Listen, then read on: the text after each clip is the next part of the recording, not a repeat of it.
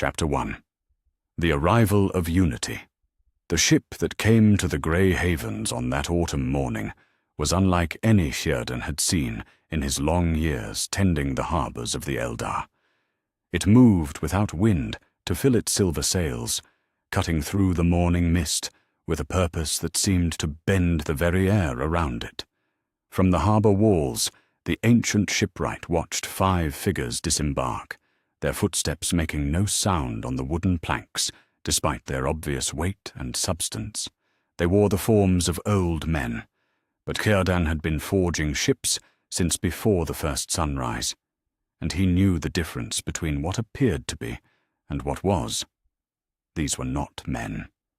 The way they moved together, the way the gulls fell silent at their approach, the way his own immortal senses whispered warnings of power barely contained, all of it spoke of something far greater than mortal flesh.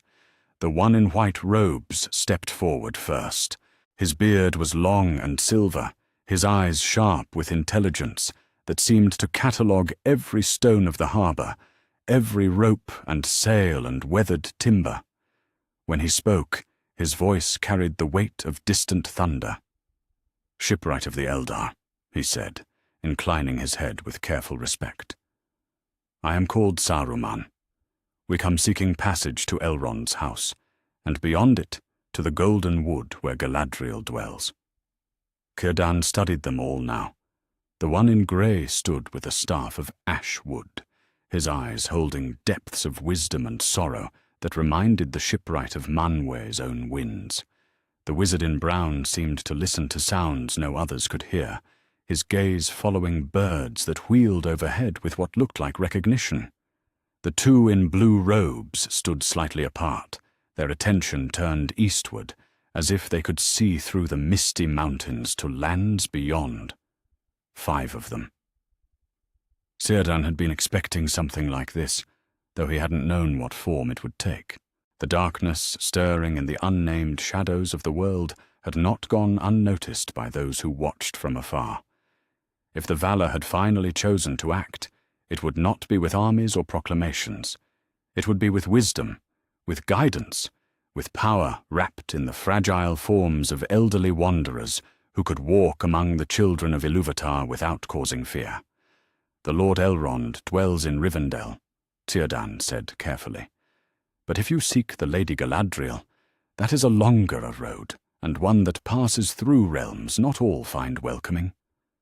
The grey wizard stepped forward then, and when he smiled, Círdan felt something ease in his chest that he hadn't realized was tight. "We are grateful for any counsel you might offer, Master Círdan. The roads of Middle-earth are new to us, though our purpose here is clear." "And what purpose is that?" The 5 wizards exchanged looks, and in that moment of silent communication, Círdan saw something that surprised him. Unity. In his long experience, beings of power were solitary creatures, guarding their knowledge and authority jealously. These 5 moved like fingers of the same hand. "To stand against the shadow that grows in the east," Saruman answered, "but not as separate voices crying out warnings that none will heed. We come to work as one, that our strength might be greater than the sum of its parts." Círdan nodded slowly.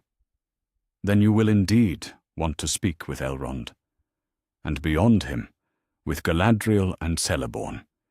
If you mean to coordinate such a resistance, you will need the wisdom of those who have fought such battles before." The brown wizard spoke for the first time, his voice carrying the rustle of leaves and the distant call of hunting birds. "The trees whisper of safe roads through the misty mountains. They remember the paths the elves have walked, and they will sing us safely through." That settled it. Círdan gestured toward the stables where swift horses waited. "I will give you guides and provisions. But tell me, how do you mean to work as one when you are 5? In my experience, counsels of the wise often become counsels of the stubborn." The wizard in grey, Gandalf he had called himself, laughed and the sound was like silver bells in a distant tower. That, Master Círdan, is what we go to learn.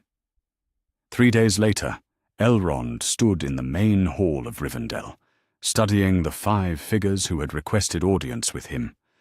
Word had come from the havens of their nature, but seeing them in person confirmed what his senses had already whispered. Maya, powers out of the west, clothed in forms that could walk among mortals without causing the madness that direct exposure to Valinor's glory might bring. What surprised him was not their presence. He had felt the growing unease in the borders of his domain, the shadows that seemed to press closer each year from the unnamed places of the world. What surprised him was their obvious intention to work together. In all his years of dealing with the wise, he had seen them arrive in ones and twos, each pursuing their own understanding of the growing threat. This felt different, planned, coordinated from the very beginning. "You seek passage to Lothlorien," Elrond said, not quite making it a question. "With your blessing, Lord Elrond," Saruman replied, "and your counsel, if you will give it. We have come to organize a defense against evils that have not yet shown themselves fully, but whose stirrings are already felt by those with eyes to see." Elrond walked to the great windows that looked out over the valley. The leaves were turning gold and red, and soon the trees would sleep until spring's return. But there was a restlessness in the air that spoke of more than seasonal change.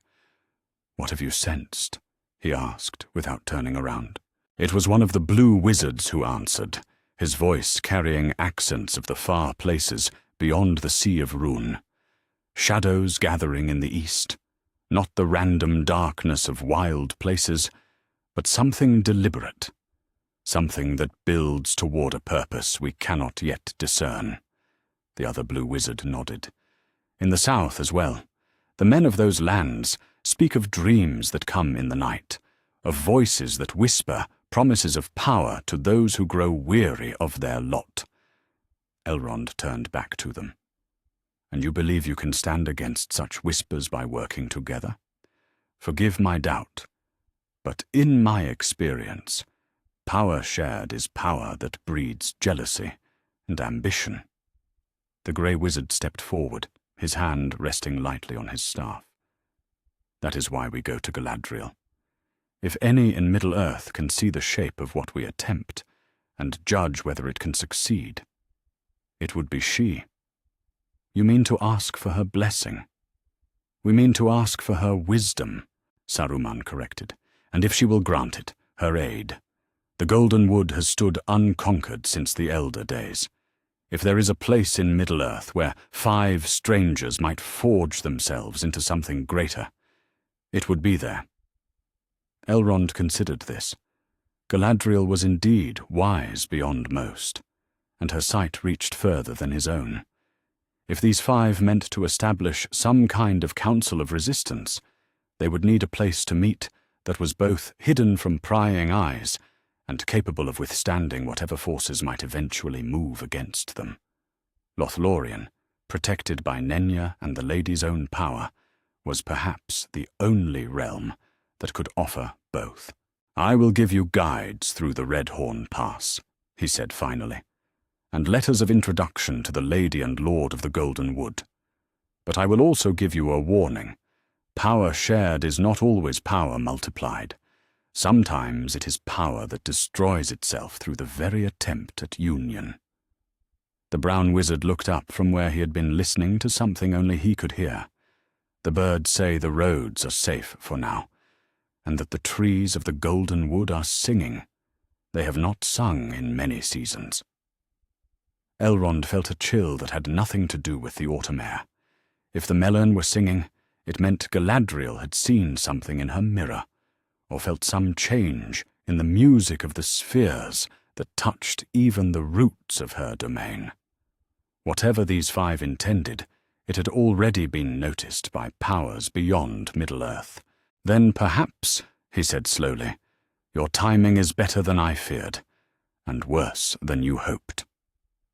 The boat that carried them across the celebrant was guided by elves who spoke only in whispers, their eyes wide with an awe that made even Saruman uneasy. The Galadrim who met them on the eastern shore moved with the fluid grace of those who had never known fear. But there was something different in their manner, a tension that spoke of changes in the rhythms of their timeless realm. "The lady expects you," their guide said, his voice holding the music of wind through leaves. "She has prepared a place for your council in the heart of the wood, where the Malorn trees grow thickest and their roots run deepest." As they walked the winding paths that led toward Caras Galadon, Gandalf found himself listening to sounds that had no earthly source. The trees were indeed singing, their voices weaving together in harmonies that made his spirit ache with homesickness for shores he had left behind countless ages ago. But beneath the music was something else, an expectation, as if the wood itself held its breath. "She knows why we've come," Radagast murmured, his hand trailing along the bark of a great malon as they passed. "The trees have been telling her of our purpose since we set foot in this realm." Pallando glanced at his companion among the blue wizards, and Alatar nodded slightly. They had discussed this moment during the long journey from Rivendell, the question of what they would find when they finally stood before one whose wisdom exceeded even their own. Galadriel had worn a ring of power since the Second Age began, and her sight reached into depths and distances that even their Maiar nature could not fathom. If their purpose was flawed, she would see it. If their unity was doomed to failure, she would know it before they spoke a word. The path opened suddenly into a clearing where silver light fell through leaves that seemed to catch and hold illumination from no visible source. In the center of the space, a great platform had been grown from the living wood of 5 malons, whose trunks had somehow been persuaded to intertwine as they grew. Upon this platform waited Galadriel and Celeborn, the Lord and Lady of Lothlorien, their forms seeming to exist in several moments at once, as if time itself bent around them. Galadriel's eyes found each of the wizards in turn, and when her gaze settled on Saruman, he felt the weight of judgment that had nothing to do with condemnation and everything to do with perfect understanding. "Istari," she said, and the word held welcome and warning in equal measure. "You have come seeking a place to forge yourselves into something that has never existed in the history of Arda. A council of the Maiar, bound by common purpose and united in will." Saruman stepped forward and inclined his head with the respect due to one whose wisdom had been ancient when the world was young. "Lady Galadriel, we have come seeking your counsel. The shadow that stirs in the east grows bolder, and we believe it can only be countered by strength that comes from unity rather than isolation." She smiled then, and the expression transformed her face from beautiful to something that made the heart ache with recognition of truths too deep for words.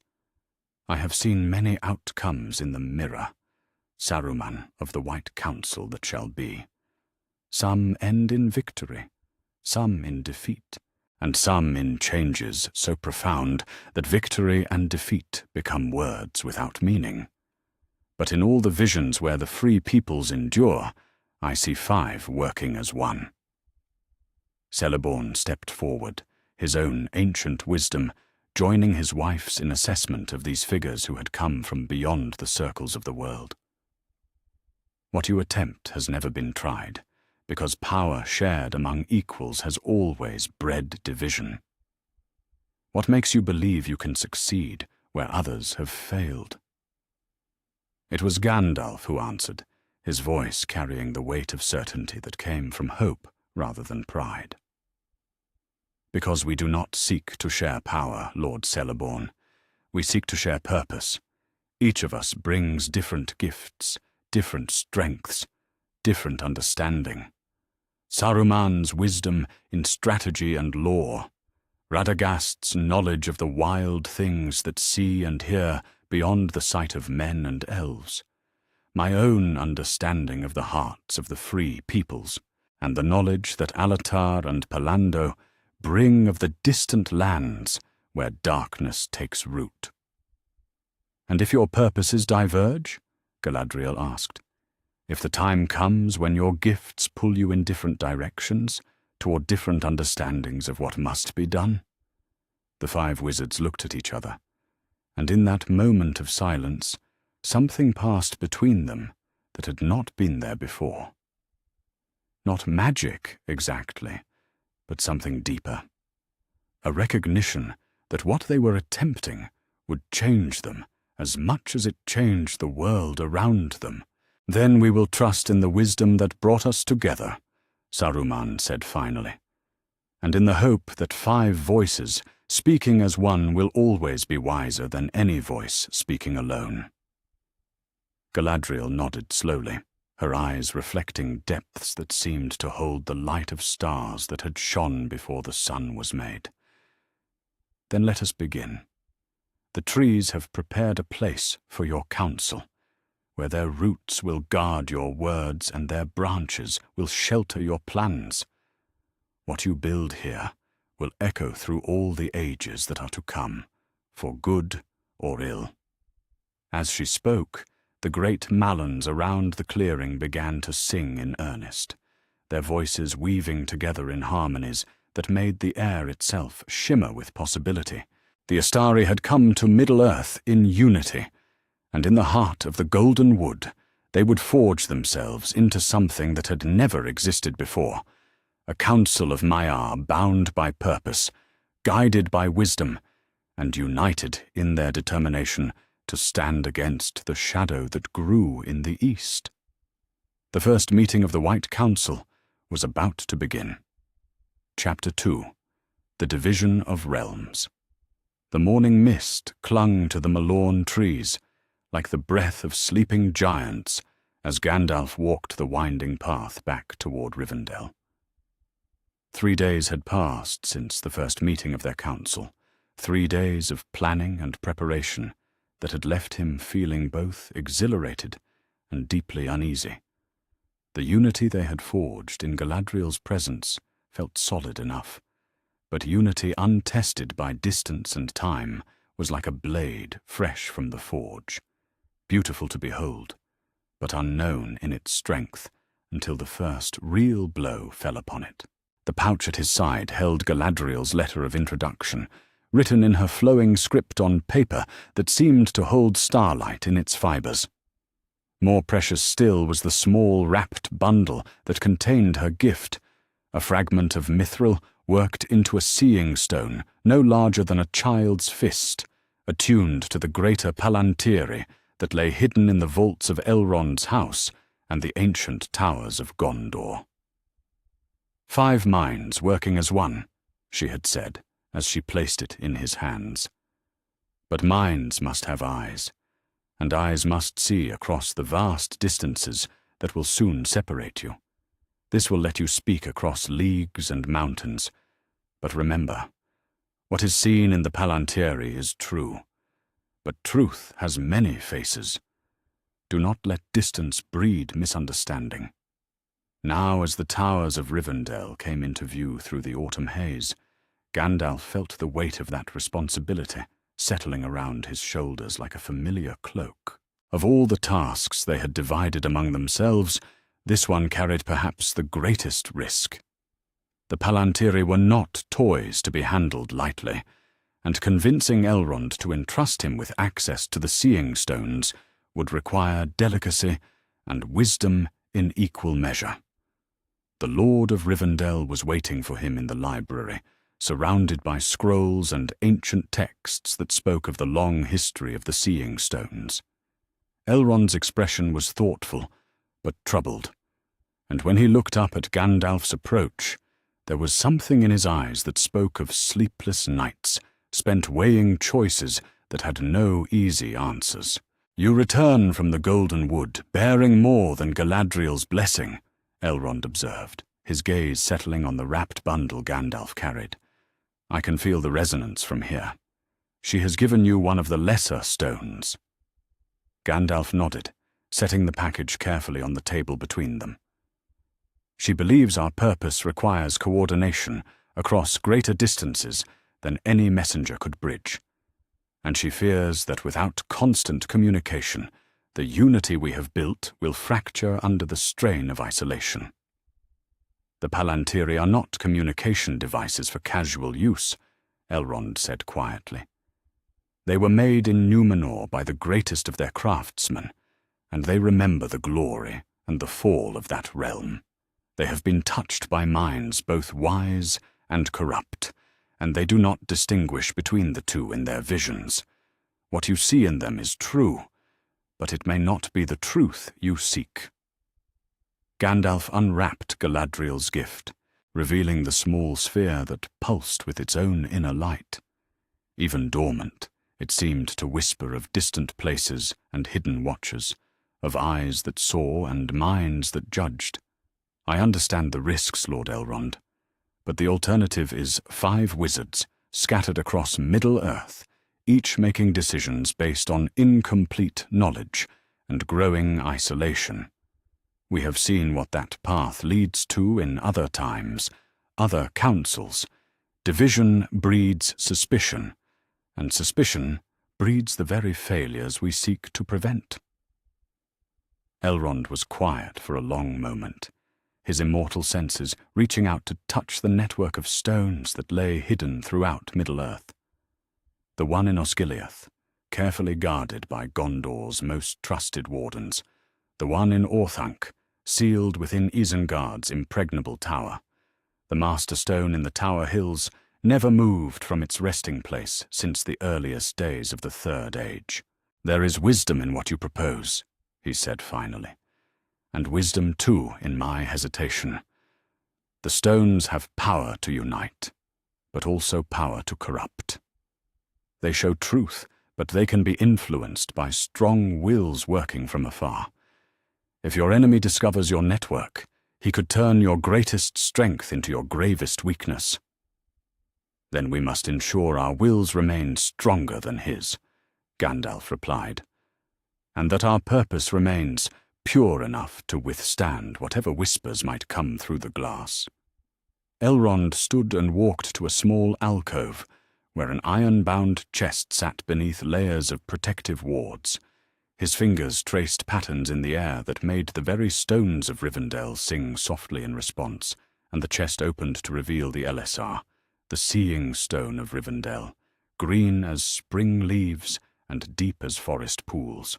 3 times a day, he said, lifting the stone with careful reverence.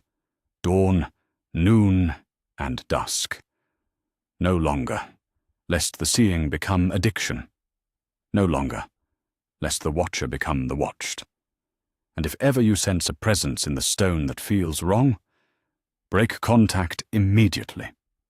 The will that moves in the darkness has patience, and it has had long years to learn the weaknesses of those who fight against it.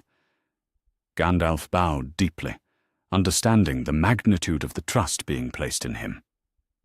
I will guard this responsibility as I would guard the light of Eärendil itself. 500 miles to the east, Alatar and Palando stood on a hilltop overlooking the brown waters of the Anduin, their blue robes whipping in the wind that blew down from the grey peaks of the misty mountains. Below them, the great river curved away toward the distant lands of Rhûn, carrying merchant boats and fishing craft toward markets and settlements that existed at the very edge of the maps drawn in Rivendell and Minas Tirith. The people of those lands know nothing of the shadow that grows in the west, Palando observed, his voice carrying the faint accent of shores beyond the Sea of Rhûn.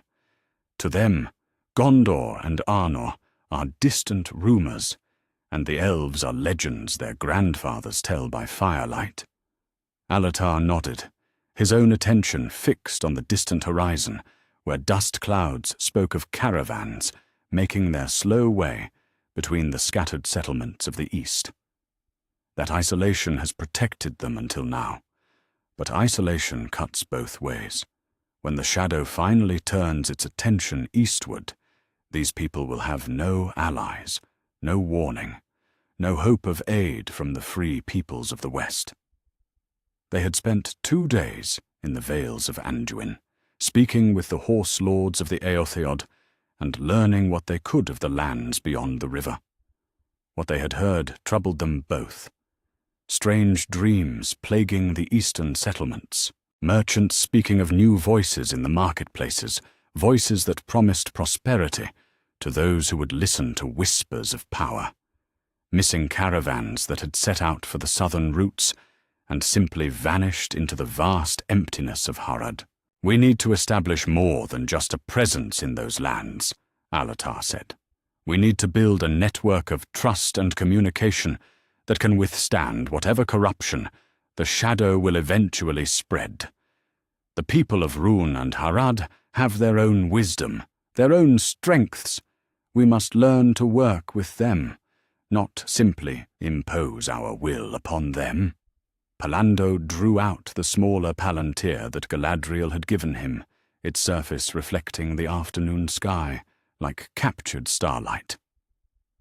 "First, let us speak with our brothers in the West. They should know what we have learned before we venture beyond the edges of their maps." The stone grew warm in his hands as he focused his will upon it, reaching out across the leagues to touch the network that now connected all 5 of their scattered purposes. The vision that came was not of one place, but 5. Gandalf in Elrond's library, Saruman riding the horse roads of the northern Dunedain, Radagast deep in the old forest, listening to the whispers of root and branch, and Galadriel herself in the mirror glade of Lothlorien, her own sight reaching further than any of theirs could manage.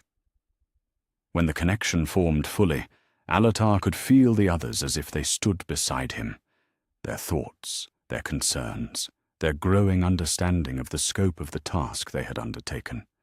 Through Gandalf's senses, he felt the weight of Elrond's trust and the power of the greater seeing stones. Through Saruman's eyes, he saw the faces of men who had never heard of wizards, but who sensed darkness growing in the unnamed places of their world. Through Radagast's awareness, he felt the unease of birds and beasts, the way the very animals of Middle-earth had begun to avoid certain valleys and mountain passes without understanding why. "Brothers," Palando spoke into the connection, his words carrying across distance as if they stood in the same room. "We have reached the borders of the eastern lands. What we have learned troubles us."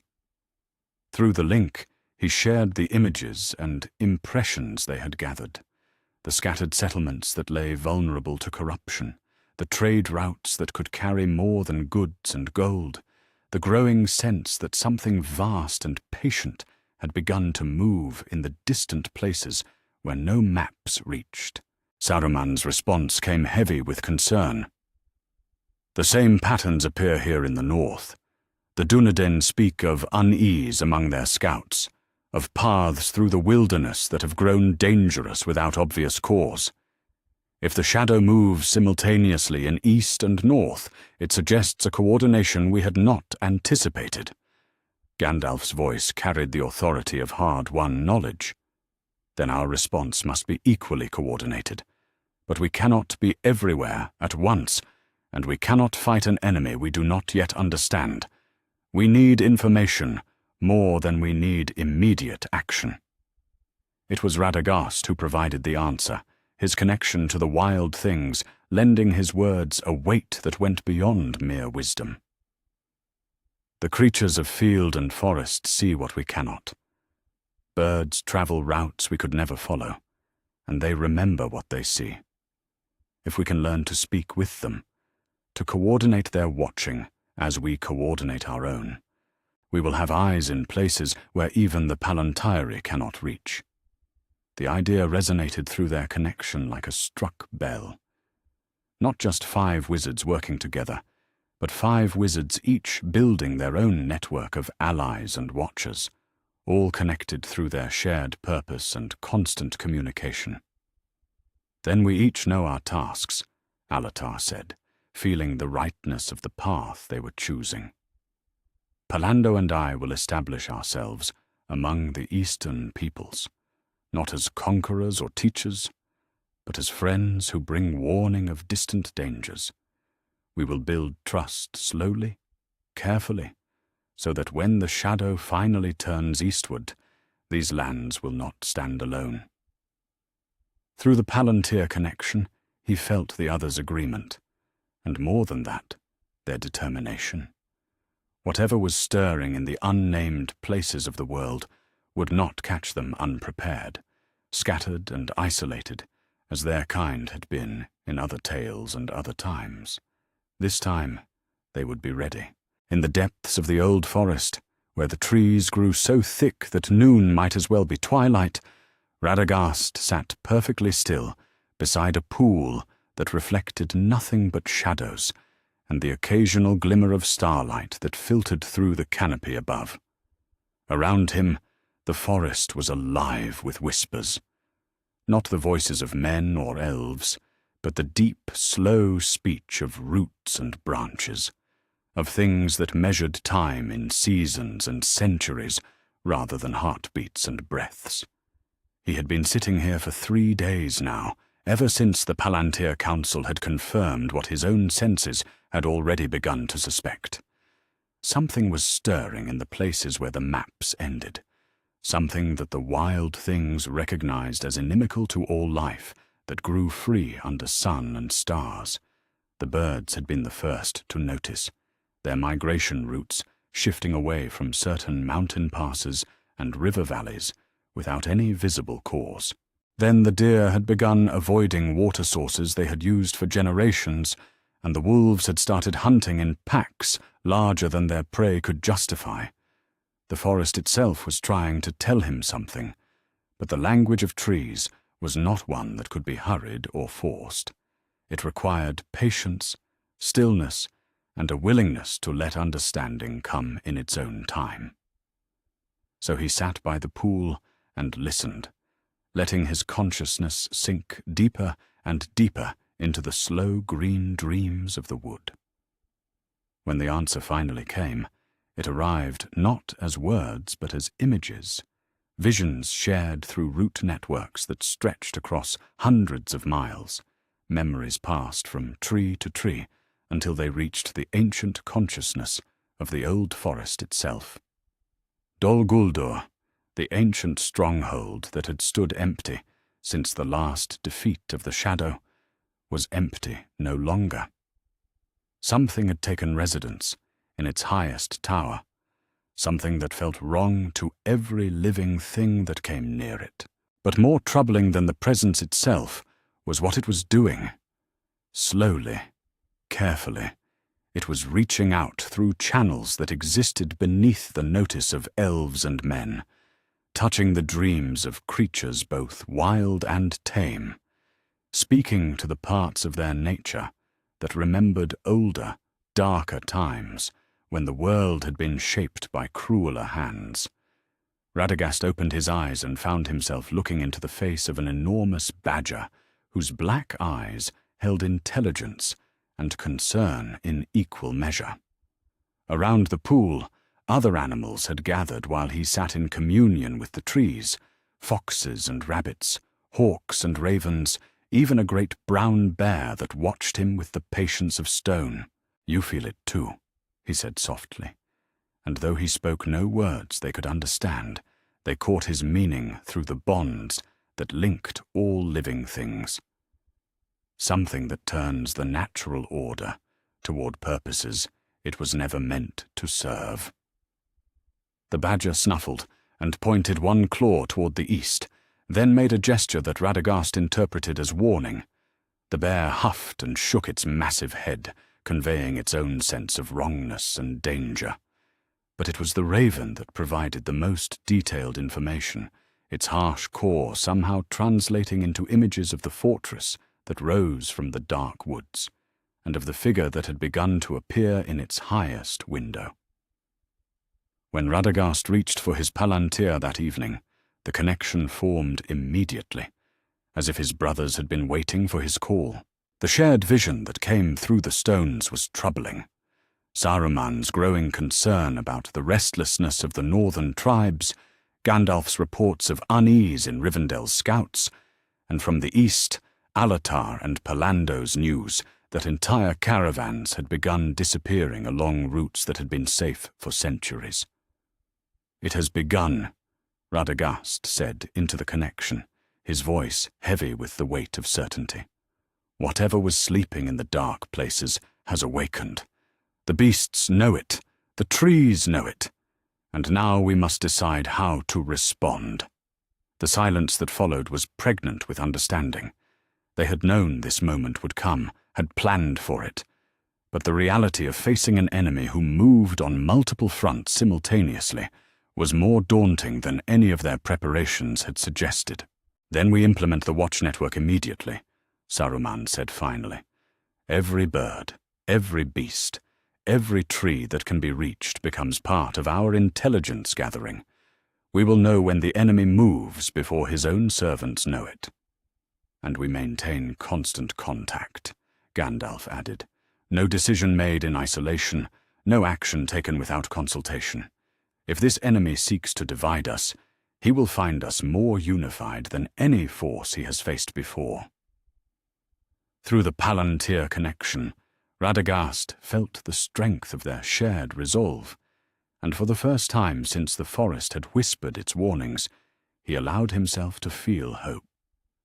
They were no longer 5 wizards scattered across Middle-earth, each fighting their own battles in ignorance of their brothers' struggles. They were something new, something that had never existed before in all the long ages of the world, a council of the wise that truly worked as one. The shadow in Dol Guldur might be stirring, but when it finally showed itself fully, it would find them ready. And more than ready, it would find them united in a way that no enemy of the free peoples had ever had to face before. In the depths of the old forest, surrounded by creatures great and small who had pledged themselves to the watch, Radagast smiled and began to plan. Chapter 3. The Shadow Stirs. The raven that came to Radagast in the hour before dawn carried news that made his blood run cold. Its black eyes held memories of things that should not exist in the waking world, shadows that walked without casting them, voices that spoke in tongues that hurt to hear, and above all, a presence in the high tower of Dol Guldur that made every living thing for miles around choose different paths through the forest. Radagast stood in the clearing where he had been teaching young wolves the art of silent hunting, his hand still extended toward the creatures that now pressed close to his legs, as if seeking protection from something they could not name. The raven's message had been simple in its language, but terrible in its implications. The thing that had taken residence in the ancient fortress was no mere spirit of malice or restless shade from the elder days. It had substance, purpose, and a will that bent the natural order toward ends that made the earth itself recoil. "How many nights has it been there?" he asked the raven, his voice carrying undertones that spoke to the bird's understanding. The answer came in images. 7 sunsets since the presence had first manifested, each one stronger and more terrible than the last. And with each passing day, the corruption had spread further into the surrounding woodland. Trees that had stood tall for centuries now withered without cause. Springs that had run clear since the world was young now tasted of metal and ash. Even the stones themselves seemed to whisper of pain and darkness. Radagast closed his eyes and reached for the palantir that never left his side, feeling its surface grow warm as his will touched the network that connected him to his brothers. When the vision formed, he found himself looking into 4 other faces, that already held the weight of similar news. "You have all felt it," he said without preamble. "The presence in Dol Guldur grows stronger." Alatar's face was grim with confirmation. "More than felt it. The Nazgul stir in the east, my brother. 3 of them have left their long hiding and now ride the roads between Rune and the Sea of Nurnen. The people we have contacted speak of black riders who pass in the night, bringing dreams of submission and despair." Palando nodded his agreement. "The southern routes tell the same tale. Merchants who once traveled freely between the settlements of Near Harad now speak in whispers of figures on dark horses who appear at crossroads and speak words that freeze the blood. Whatever calls to them from Dol Guldur, they answer with a swiftness that suggests long preparation."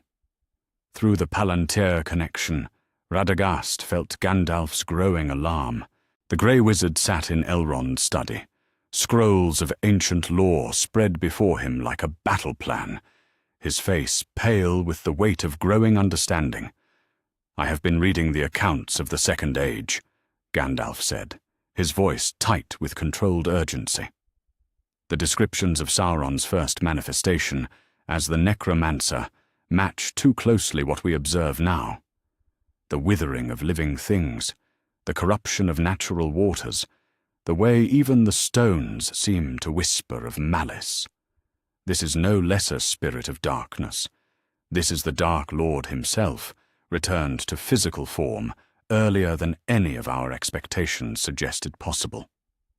The silence that followed was heavy with the implications of this revelation. In all their planning, they had anticipated facing Sauron eventually, but not so soon, not when Middle-earth was still so unprepared for the return of such concentrated evil. The kingdoms of men were barely established. The elves still bore the weariness of ages spent fighting the darkness, and the free peoples had not yet learned to work together in the unified resistance that would be necessary to face such a foe. It was Saruman who broke the silence, his voice carrying the authority of decision. "Then we must act now, before he has time to consolidate his power or gather his full strength. In all the histories of Middle-earth, the pattern is the same. Evil is allowed to grow in the shadows until it becomes too powerful to uproot. This time, we have the advantage of early knowledge and coordinated response." "You propose an assault on Dol Guldur itself?" Elrond's voice came through Gandalf's Palantir, the ancient elf lord having sensed the nature of their conversation. "That fortress has stood unconquered since it was built. Even if Sauron has not yet reached his full strength, attacking him directly in a stronghold of his own making could be the greatest folly since the last alliance failed to destroy the ring when they had the chance," Saruman finished. "Yes, Lord Elrond. But consider the alternative. If we allow him to establish himself fully, to call all his servants to him, to build armies and forge weapons of power, then when we finally face him, it will be on his terms, at his choosing, when he has grown beyond our ability to challenge." Radagast felt the rightness of Saruman's words through his connection to the natural world. Every hour that passed, every day that the presence in Dol Guldur grew stronger, the very land itself suffered. The corruption was not just strategic, it was spiritual, a wound in the fabric of creation that would only deepen if left untreated. "The beasts and birds support immediate action," he said into the connection. "They feel what we perhaps cannot, that some evils must be cut out quickly before they spread beyond any hope of healing. The earth itself cries out for cleansing." Through the Palantir, he felt his brothers weighing the risks against the potential rewards. An immediate assault would catch Sauron unprepared, but it would also reveal their own capabilities before they had time to fully develop them. They would be gambling everything on a single coordinated strike, with no possibility of retreat or second chances. Alatar's voice carried the weight of eastern winds and distant horizons. If we move against Dol Guldur directly, we must ensure that Sauron cannot simply retreat to Mordor or the other strongholds he surely prepares. Our assault must be complete, final, and leave him no opportunity to escape and rebuild elsewhere. Then we coordinate on multiple fronts, Pallando added. Not just an assault on the fortress, but a coordinated disruption of his entire network. If the Nazgul ride in the east, then that is where they must be contained. If his influence spreads through corruption of the natural world, then nature itself must rise against him. The plan began to take shape through their shared connection, each wizard contributing their unique knowledge and capabilities to a strategy more comprehensive than any single mind could have conceived. They would strike simultaneously across all the fronts where Sauron's influence had begun to manifest, denying him the ability to concentrate his defenses or withdraw to safety. Gandalf found Elrond standing on the balcony overlooking the Bruinen, his immortal gaze fixed on the southern horizon where dark clouds gathered despite the clear autumn sky. The Elf Lord's expression was troubled, caught between hope and fear in a way that reminded Gandalf of the terrible choices that had defined the Second Age. "You mean to do this thing," Elrond said, without turning around. 5 wizards against the Dark Lord himself. In a fortress he has had time to prepare and ward according to his will. 5 wizards working as one, Gandalf corrected gently, with the support of every bird that flies, every beast that runs, every tree that stands between here and Dol Guldur. And more than that, with the knowledge of exactly where he is and what he attempts, before he knows that we know. Elrond turned then, and his eyes held depths of memory that reached back to the very foundations of Middle-earth. "I have seen the Dark Lord's power, Gandalf. I stood in the last alliance, when Gil-galad and Elendil fell before the gates of Barad-dûr. I watched Isildur claim the ring rather than destroy it, and I felt the weight of that failure echo through all the ages since.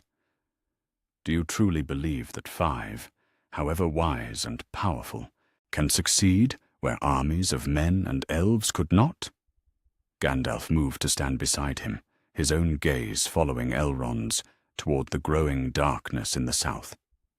"I believe that 5 working together can accomplish what has never been attempted before.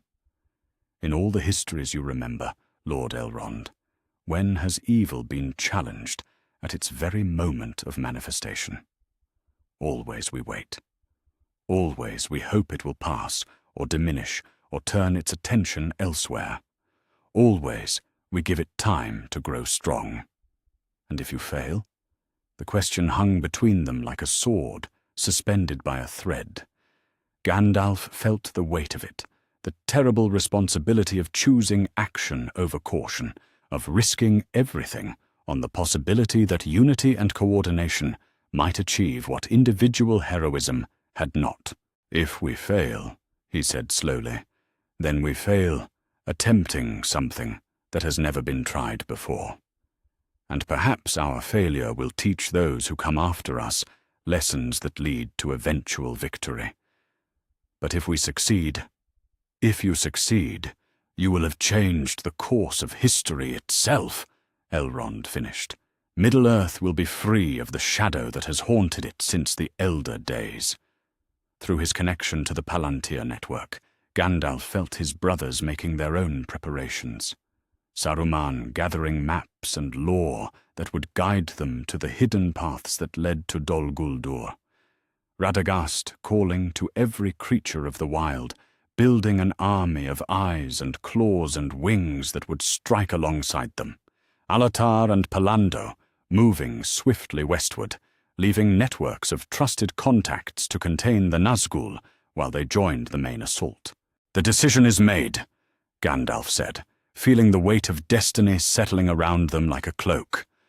tomorrow we leave for Dol Guldur, and tomorrow we learn whether the unity of the Astari can accomplish what no other power in Middle-earth has achieved." Elrond was quiet for a long moment, his gaze returning to the dark clouds that continued to gather in the south, despite the clear sky above. "Then I will give you what aid I can.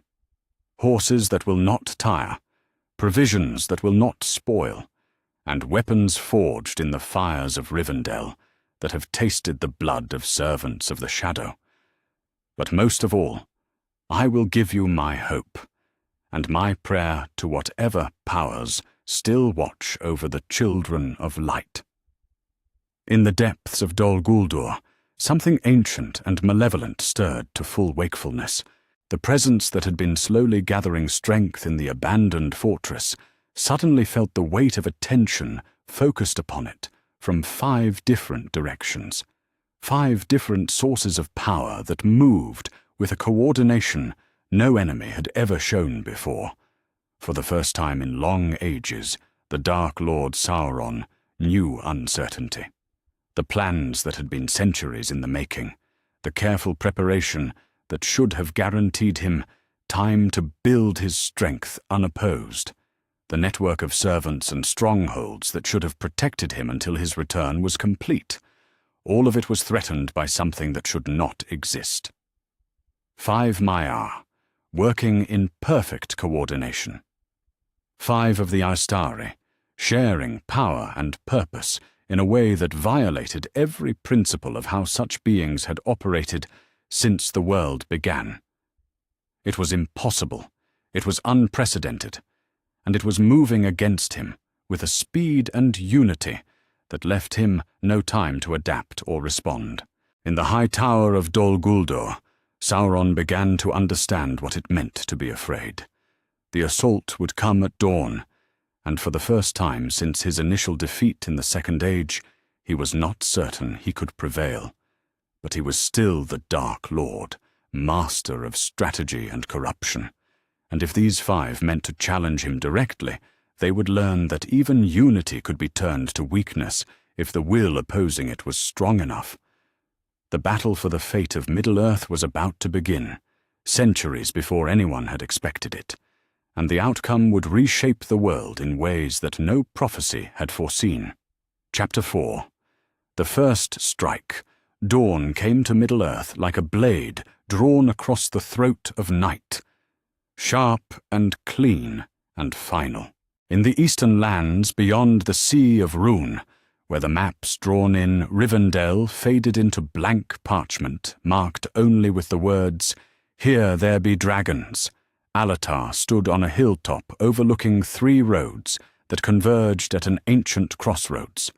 Below him, the morning mist revealed the shapes of riders cloaked in black, their horses breathing vapor that seemed too thick and too dark to be mere fog. 3 of the 9 had come, just as his network of contacts had warned.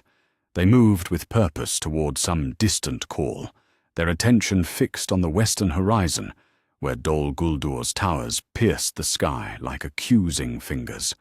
They did not know that they were watched, did not sense the trap that had been prepared for them through weeks of careful planning and coordination. Alatar reached for his staff and spoke a word that had not been heard in Middle-earth since the Elder days, when the Maiar walked openly under stars that remembered the music of creation. The word carried across the morning air and touched the minds of men hidden in carefully prepared positions along all 3 roads. Not servants or slaves, but free people of the East who had chosen to stand against the darkness that threatened to consume their lands. The attack came from all sides at once. Arrows whistled from concealment, not seeking to slay, for what mortal weapon could harm the Nazgul, but to force them to reveal themselves, to choose between maintaining their disguises or defending themselves with the terrible power that marked them as servants of the Shadow. Behind the arrows came nets woven from blessed silver, and ropes that had been soaked in water from the springs of Valinor, gifts smuggled across the sea by birds that served the Valar's purpose. The Nazgul's shrieks tore through the morning air like knives through silk, but their cries of rage found no echo in the darkness that should have answered them. For in that same moment, 500 miles to the west, their master was discovering that he faced a threat unlike any he had prepared for. The old forest had been sleeping since the world was young, its ancient trees dreaming slow green dreams of seasons that passed like heartbeats and centuries that felt like single breaths. But when Radagast's call went out through the root networks that bound every living thing from the Barrow Downs to the borders of Lothlorien, the forest remembered that it had once been a power in the world, and that memory brought wrath. The trees that surrounded Dol Guldur had been withering under the shadow's influence for 7 days, their leaves turning black and their branches reaching toward the earth, as if seeking escape from the corruption that poured from the fortress, like poison from an infected wound. Now they straightened with a groaning that shook the very foundations of the ancient stronghold, their roots tearing up through stone pavements and their branches reaching toward the dark tower, with intent that had nothing to do with surrender. Radagast stood in the center of the rising storm, his brown robes whipping in winds that carried the voices of every bird that flew between the misty mountains and the river Anduin. Above him, the sky darkened with wings, not the cruel ravens that served the shadow, but eagles whose eyes held the light of the far west, hawks whose talons had tasted the blood of orcs, and smaller birds beyond, counting whose combined fury could strip flesh from bone in moments. Through his connection to the natural world, he felt the fortress itself begin to shake as roots the thickness of a man's waist thrust up through its foundations. The walls that had stood unconquered since the elder days groaned under pressure they had never been designed to withstand, and from within the highest tower came a roar of rage that made every living thing for miles around remember why their ancestors had learned to fear the dark. But Radagast was no longer alone, no longer a single voice crying warnings that none would heed. Through the Palantir connection that bound him to his brothers, he felt Gandalf and Saruman approaching the main gates, their combined power blazing like a star fallen to earth. He felt Palando in the southern deserts, where sandstorms rose at his command to blind the Nazgul that rode there. And he felt something else, something that made his heart sing with hope and terror in equal measure. For the first time since the world began, 5 of the Astari worked as one, their individual strengths combining into something greater than their sum. The assault on Dol Guldur was not just an attack, it was a symphony of coordinated power that no enemy had ever faced before. Gandalf felt the fortress gates buckle under the combined weight of his staff and Saruman's will. The black iron that had been forged in the fires of Mount Doom itself screamed as it bent and twisted, the spells that had protected it for centuries unraveling under an assault that came from angles no single wizard could have managed. Where Gandalf's power sought the cracks and weaknesses in the dark magic, Saruman's will hammered against the strongest points with relentless force, and together they achieved what neither could have accomplished alone. The courtyard beyond the gates was filled with creatures that should not have existed.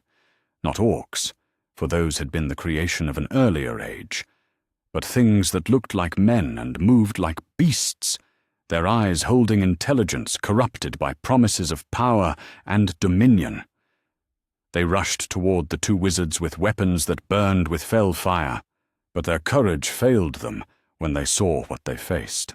2 Maiar in their full power, working in perfect coordination, were a sight to inspire madness in the servants of darkness. Light blazed from Gandalf's staff that made the creatures shield their eyes and stumble, while Saruman's voice spoke words of command that turned their own weapons against them. But more than that, The very air around the two wizards seemed to vibrate with possibility, as if reality itself bent to accommodate their united will. They fought their way through the courtyard like fire through dry grass, but Gandalf found himself troubled by what he saw. The creatures they faced were too organized, too well equipped, too numerous for a stronghold that should have been occupied for only a handful of days. It was as if Sauron had been preparing this place for years, as if his manifestation here was not the beginning of his return, but merely the revelation of plans long in motion. Through the Palantir link, he shared his concerns with Saruman, who nodded grimly as his own observations confirmed the same troubling conclusion. The forges they glimpsed through broken doorways showed signs of months or years of use.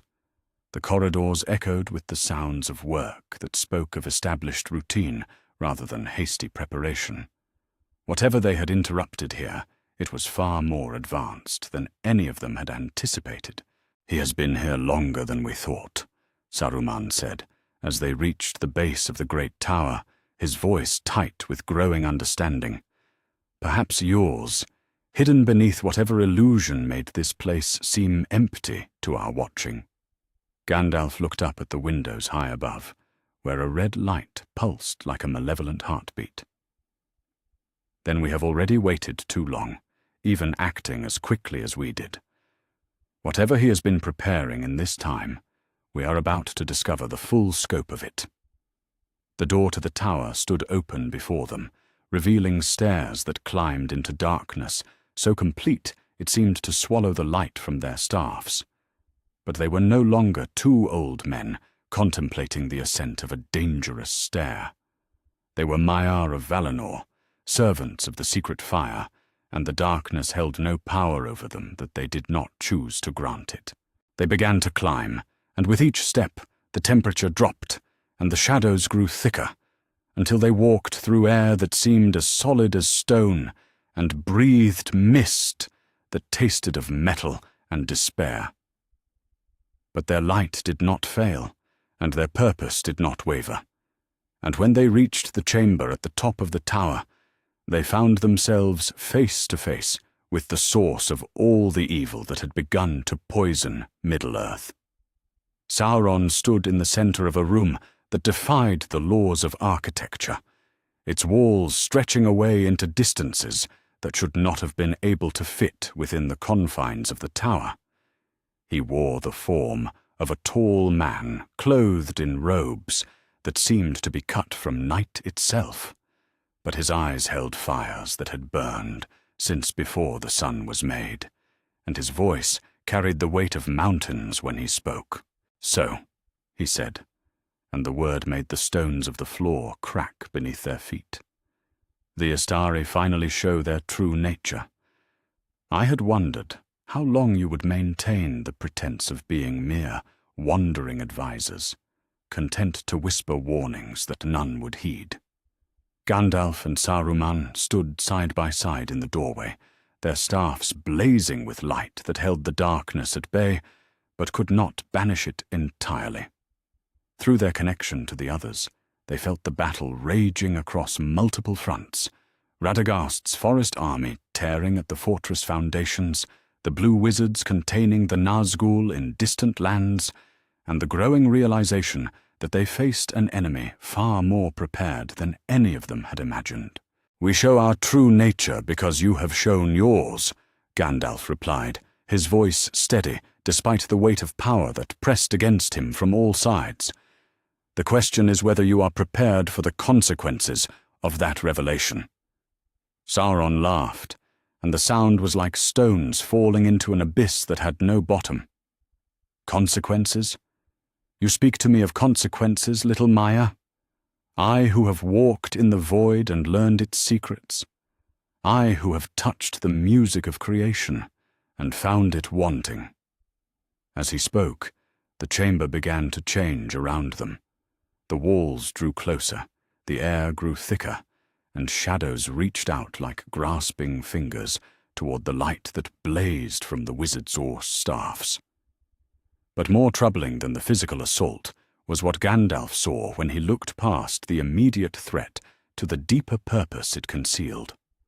On a table that had not been there moments before lay plans and maps that showed the scope of Sauron's ambitions, not just the corruption of Dol Guldur, but networks of influence that stretched across all of Middle-earth, breeding pits where new forms of life were being shaped according to his will, and at the center of it all, a forge where something blazed with heat that hurt to look upon, something that spoke of rings and binding and the corruption of the very concepts of creation and dominion. "You have been here far longer than 7 days," Saruman said, his voice holding the terrible certainty of complete understanding. "This is not the beginning of your return. This is merely the moment you chose to reveal what you have been building for years." Sauron's smile was like a wound torn in the fabric of reality. "Clever, Saruman of the many colors. Though that is not yet your name, is it? Yes, I have walked again under the light of the sun for 3 full years, and in that time I have accomplished more than you could undo in 30. The ring you thought lost forever, I have been reaching for it through the dark waters where it lies hidden, and soon—" He did not finish the sentence, for in that moment Gandalf and Saruman struck together, their combined power blazing forth in a torrent of light and will that shattered every shadow in the chamber and set the very air aflame. The assault was so sudden and so perfectly coordinated that even Sauron was caught unprepared, his physical form dissolving under the onslaught like mist before a hurricane. But as his body dispersed, his voice echoed through the chamber with laughter that promised future meetings and darker revelations. "You cannot destroy me, fools. You have only hastened my plans. I go now to Mordor, where the foundations of my true power await. And when next we meet, it will be I who choose the time and place and manner of our confrontation." The presence that had been Sauron vanished like smoke, leaving behind only the smell of burned metal and the terrible knowledge of what he had revealed. On the table before them, the maps and plans remained, showing the true scope of what they faced. Not a Dark Lord slowly building his power, but one who had been preparing for this moment for years, whose network of corruption and influence already stretched far beyond anything they had imagined. Gandalf reached for the nearest map, but his hand passed through it as the entire chamber began to collapse around them. Sauron's retreat had triggered the destruction of everything he did not wish to leave behind, and the tower itself was falling as the dark magic that had sustained it failed. Through their Palantir connection, Gandalf felt his brother's mixed triumph and alarm as they sensed both the victory and the troubling discoveries it had revealed. They had succeeded in their first major test as a unified force, had driven the Dark Lord from his stronghold through the power of coordinated action, but they had also learned that their enemy was far more prepared and far more dangerous than any of their planning had accounted for. As they fled the collapsing tower, Radagast's voice reached them through the connection, heavy with the wisdom of growing things and the deep knowledge of the earth itself. "The forest tells me he spoke truly about the ring," the brown wizard reported, his words carrying across the leagues as if he stood beside them. "Something stirs in the waters of Anduin, something that answers to his call. We have won this battle, my brothers, but we have also awakened a war that will reshape everything we thought we knew about the scope of our task." Behind them, Dol Guldur collapsed into ruin, its towers falling and its walls cracking as the forest reclaimed ground that had been poisoned by shadow. But the victory felt hollow in the face of what they had learned. Sauron was already on his way to Mordor, and he carried with him plans that spoke of corruption on a scale they had never imagined. The first strike had succeeded, but it had also revealed the true scope of the enemy they faced. And in the southern distance, black smoke began to rise from the direction of Mount Doom, as if ancient forges were being rekindled after long silence. The war for Middle-earth had begun in earnest, and nothing would ever be the same again. Chapter 5. The Changed Game. The messenger who rode into Minas Anor's gates 3 days after the fall of Dol Guldur brought news that no king of Gondor had ever expected to hear.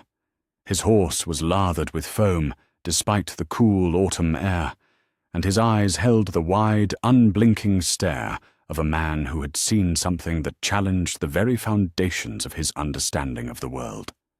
King Osterher received him in the great hall, surrounded by advisers whose beards were still dark with youth, and whose experience of war extended no further than the occasional raids of wild men from the southern hills. Gondor in this early age was still finding its feet, still growing into the power it would one day wield, and the idea of a threat that could shake the very foundations of Middle-earth seemed as distant and improbable as the legends of dragons that their grandfathers told by firelight. "Speak," Osterher commanded, his voice carrying the authority of the blood of Númenor, but lacking the weight that would come from facing true darkness. "What news from the east that requires such haste?" The messenger swallowed hard, his hands trembling as he struggled to find words for what he had witnessed. "My lord," he began, his voice barely above a whisper. "The Black Gate stands open. Mordor. Mordor is no longer empty." The silence that followed was profound enough to hear the wind stirring the banners that hung from the hall's high rafters. Mordor had been a name whispered in old stories, a place of shadow and ruin that belonged to the distant past, when Isildur's line was young and the last alliance had marched to victory. It was not supposed to be a concern for kings who ruled in an age of peace and growing prosperity. "That is impossible," one of the advisers said, his voice carrying the certainty of a man who had never seen the maps that showed the true scope of the threat growing in the east. "Mordor has been empty since the defeat of the Dark Lord. There is nothing there but ruins and ash." The messenger shook his head, his eyes reflecting memories that would haunt him for the rest of his days. "My lord, I have seen it with my own eyes. The mountains ring with the sound of hammers and forges, and the sky above Orodruin burns with fires that cast no warmth. Black banners fly from towers that should have fallen centuries ago, and the roads that lead from the Black Gate are filled with things that march in ordered ranks." Before the king could respond, a new voice spoke from the shadows near the great doors, calm and authoritative, in a way that made every head turn toward its source.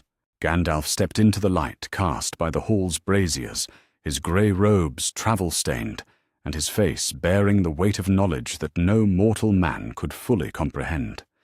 "The messenger speaks truly, King Osterher," the wizard said, inclining his head with the respect due to royalty, but speaking with the authority of one whose knowledge reached far beyond the bounds of any single kingdom.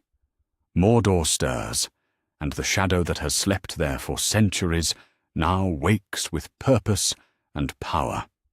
Your kingdom stands at the threshold of a war, unlike any your people have known. 200 leagues to the north, in the halls of Fornost, where the kings of Arnor held court, a similar scene was playing out with variations that spoke to the different character of the northern kingdom. King Valandor listened to reports from his own scouts with the patience of a ruler who had learned to weigh words carefully before acting, but his advisers were no more prepared for news of Mordor's awakening than their counterparts in the south. Saruman stood before the great hearth where the fire of Arnor burned with light that never failed, his white robes unmarked by the long journey from the ruins of Dol Guldur. Around him, the gathered lords of the northern realm struggled to process information that required them to reconsider everything they thought they knew about the scope of threats facing their people. You ask us to believe that the Dark Lord himself has returned? Lord Cardolan said, his hand resting on the pommel of a sword that had been forged to deal with the raids of hillmen and the occasional incursion of wolves, not the servants of ultimate evil. That the peace our fathers won with their blood is now ended. I ask you to believe what your own scouts report, Saruman replied, his voice carrying undertones of power that made the very stones of the hall seem to listen. Black smoke rises from Mount Doom. The passes of the Ethel Duath echo with the sound of armies on the march. And from the east come reports of darkness spreading faster than any natural force could account for. The king himself spoke then, his voice heavy with the weight of decisions that would affect generations yet unborn. If what you say is true, Master Saruman, then we face a threat beyond the scope of any preparation we have made. Our armies are scattered across the realm, guarding against bandits and wild beasts. Our fortresses are built to withstand the siege engines of rival kingdoms, not the assault of powers out of the elder days. Which is why we must begin preparations immediately, Saruman said, stepping closer to the map table where the northern realm was laid out in careful detail. The Dunedain who serve as your rangers and scouts, they must be trained for a different kind of warfare. Not the tracking of ordinary enemies, but the recognition and resistance of corruption that works through fear and despair as much as through sword and flame. He gestured to the eastern borders of the kingdom, where the maps showed vast stretches of wilderness that few men had explored, and fewer still had mapped. Your people know these lands better than any enemy who might march from the east. That knowledge must become the foundation of a defense that relies on mobility, coordination, and the ability to strike where the enemy does not expect.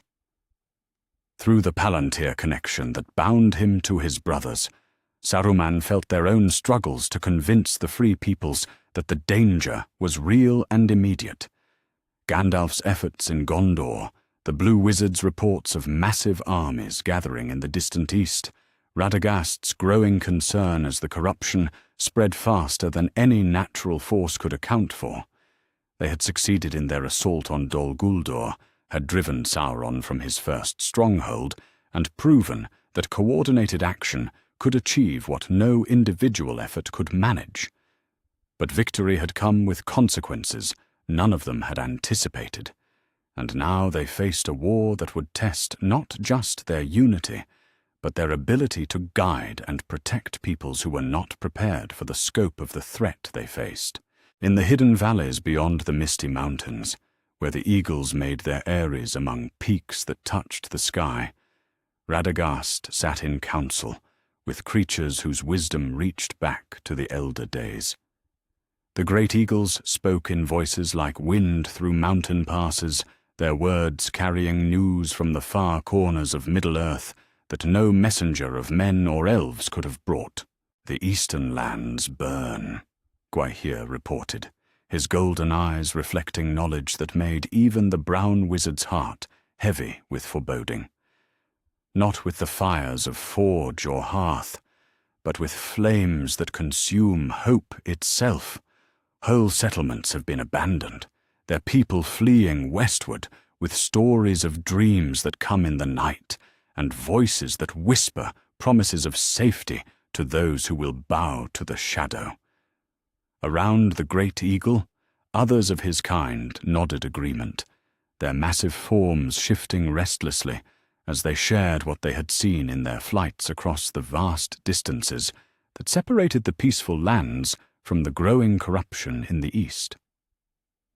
The picture they painted was one of an enemy who moved faster and with greater coordination than any of the wizard's planning had accounted for. He was more ready than we knew, Radagast said, his voice heavy with the weight of understanding that came too late to change what had already been set in motion. Our assault on Dol Guldur was successful, but it was also premature. We forced him to reveal his hand before we were ready to deal with the full scope of what he had prepared. Through his connection to the Palantir network, he felt his brothers' agreement and their own growing realization of the true dimensions of the challenge they faced. Sauron's retreat to Mordor had not been a defeat. It had been a strategic withdrawal that allowed him to accelerate plans that had been years in the making. Now, instead of having time to build their own alliances and prepare the Free Peoples for what was coming, they found themselves racing to catch up with an enemy who had been planning for exactly this contingency. From Alatar came troubling reports of entire tribes in the east who had simply vanished, their settlements found empty, but showing no signs of struggle or violence. From Palando came news of similar disappearances in the south, as if the very people who should have been natural allies against Sauron's expansion had been spirited away by some force that left no trace of its passing. "He is not just gathering armies," Radagast said into the connection, sharing the eagle's observations with his brothers. "He is gathering people, not as slaves or conscripts, but as willing servants who believe they are choosing the stronger side in a conflict they do not fully understand." The implications of this were staggering. Instead of facing armies of orcs and corrupted creatures, they would be fighting men and women who had been convinced that Sauron offered them something their own rulers could not provide. People who would fight with the desperation of those who believed they were defending their homes and families, not attacking them. Gandalf's voice came through the connection, heavy with the weight of similar realizations. "The kings of Gondor and Arnor listen to our warnings, but they do not yet believe in the full scope of the threat. They prepare for war as they understand it, armies against armies, fortress against fortress. They are not ready for a conflict that will be fought as much in the hearts and minds of their people as on any battlefield." Saruman's response carried the authority of long study and deeper understanding. "Then we must prepare them for that conflict, even if they do not yet understand its nature. The Dunedain must be trained not just as warriors, but as teachers, able to recognize and counter the corruption that spreads through whispered promises and false hope. The people of the free lands must learn to see through deceptions that speak to their deepest fears and desires." It was a task that seemed overwhelming in its scope, made more difficult by the knowledge that their enemy had years of preparation behind him while they were forced to improvise responses to threats they had not anticipated. But they were no longer 5 separate voices calling warnings that none would heed. They were a coordination of wisdom and power that had never existed before, and if anyone in Middle-earth could rise to meet this challenge, it would be them, working together. In the forges beneath Mount Doom, where the fires of the earth burned with heat that had never been tamed by any smith of the Free Peoples, Sauron stood before an anvil that had been shaped from the very bones of the mountain. Around him, the air shimmered with heat that would have killed any mortal creature instantly, and the sound of his hammer rang out with a rhythm that seemed to synchronize with the beating of Middle-earth's heart. The metal he worked was not iron or steel, but something that had never existed in the world before, a substance born from his own essence and the fundamental forces that shaped reality itself. Each blow of his hammer bent it not just into new shapes, but into new possibilities, creating something that would be more than mere jewelry, more than a tool or weapon. He had been forced to accelerate his plans by centuries, forced to reveal himself before his network of influence and corruption was complete, forced to begin the work that should have taken decades to accomplish safely. But he was still Sauron, master of craft and corruption, and if the Astari thought their premature assault had gained them any lasting advantage, they would soon learn how wrong they were. The ring that took shape under his hammer was different from the one he had originally planned, forged in haste, but with no less skill or malevolent purpose. Where the original would have been the culmination of a long campaign of deception and preparation, this one was born from urgency and the pressing need to consolidate power before his enemies could coordinate their response. But it would serve the same purpose. Through it, he would command not just the loyalty of those who served him willingly, but the will of those who thought they remained free. Through it, he would see through every eye that looked upon his works, and hear through every ear that listened to his promises. And through it, he would corrupt the very concept of hope itself, turning the strength of the free peoples against them. The hammering ceased as he lifted the completed ring to examine his work. It pulsed with its own dark light, and in its surface he could see reflections of futures where Middle-earth bowed to his will, and the Istari learned the folly of thinking that unity alone could stand against the power he represented. Let them coordinate their efforts. Let them build their alliances and train their warriors. When the time came to test their resolve against his, they would discover that some forces in the world could not be defeated by any combination of wisdom and good intentions. The war for Middle-earth had begun, and this time he would not be caught unprepared by the premature meddling of wizards who thought themselves clever enough to change the fate of the world. In the darkness of his fortress, Sauron smiled and began to plan his response to their unwanted gift of early revelation.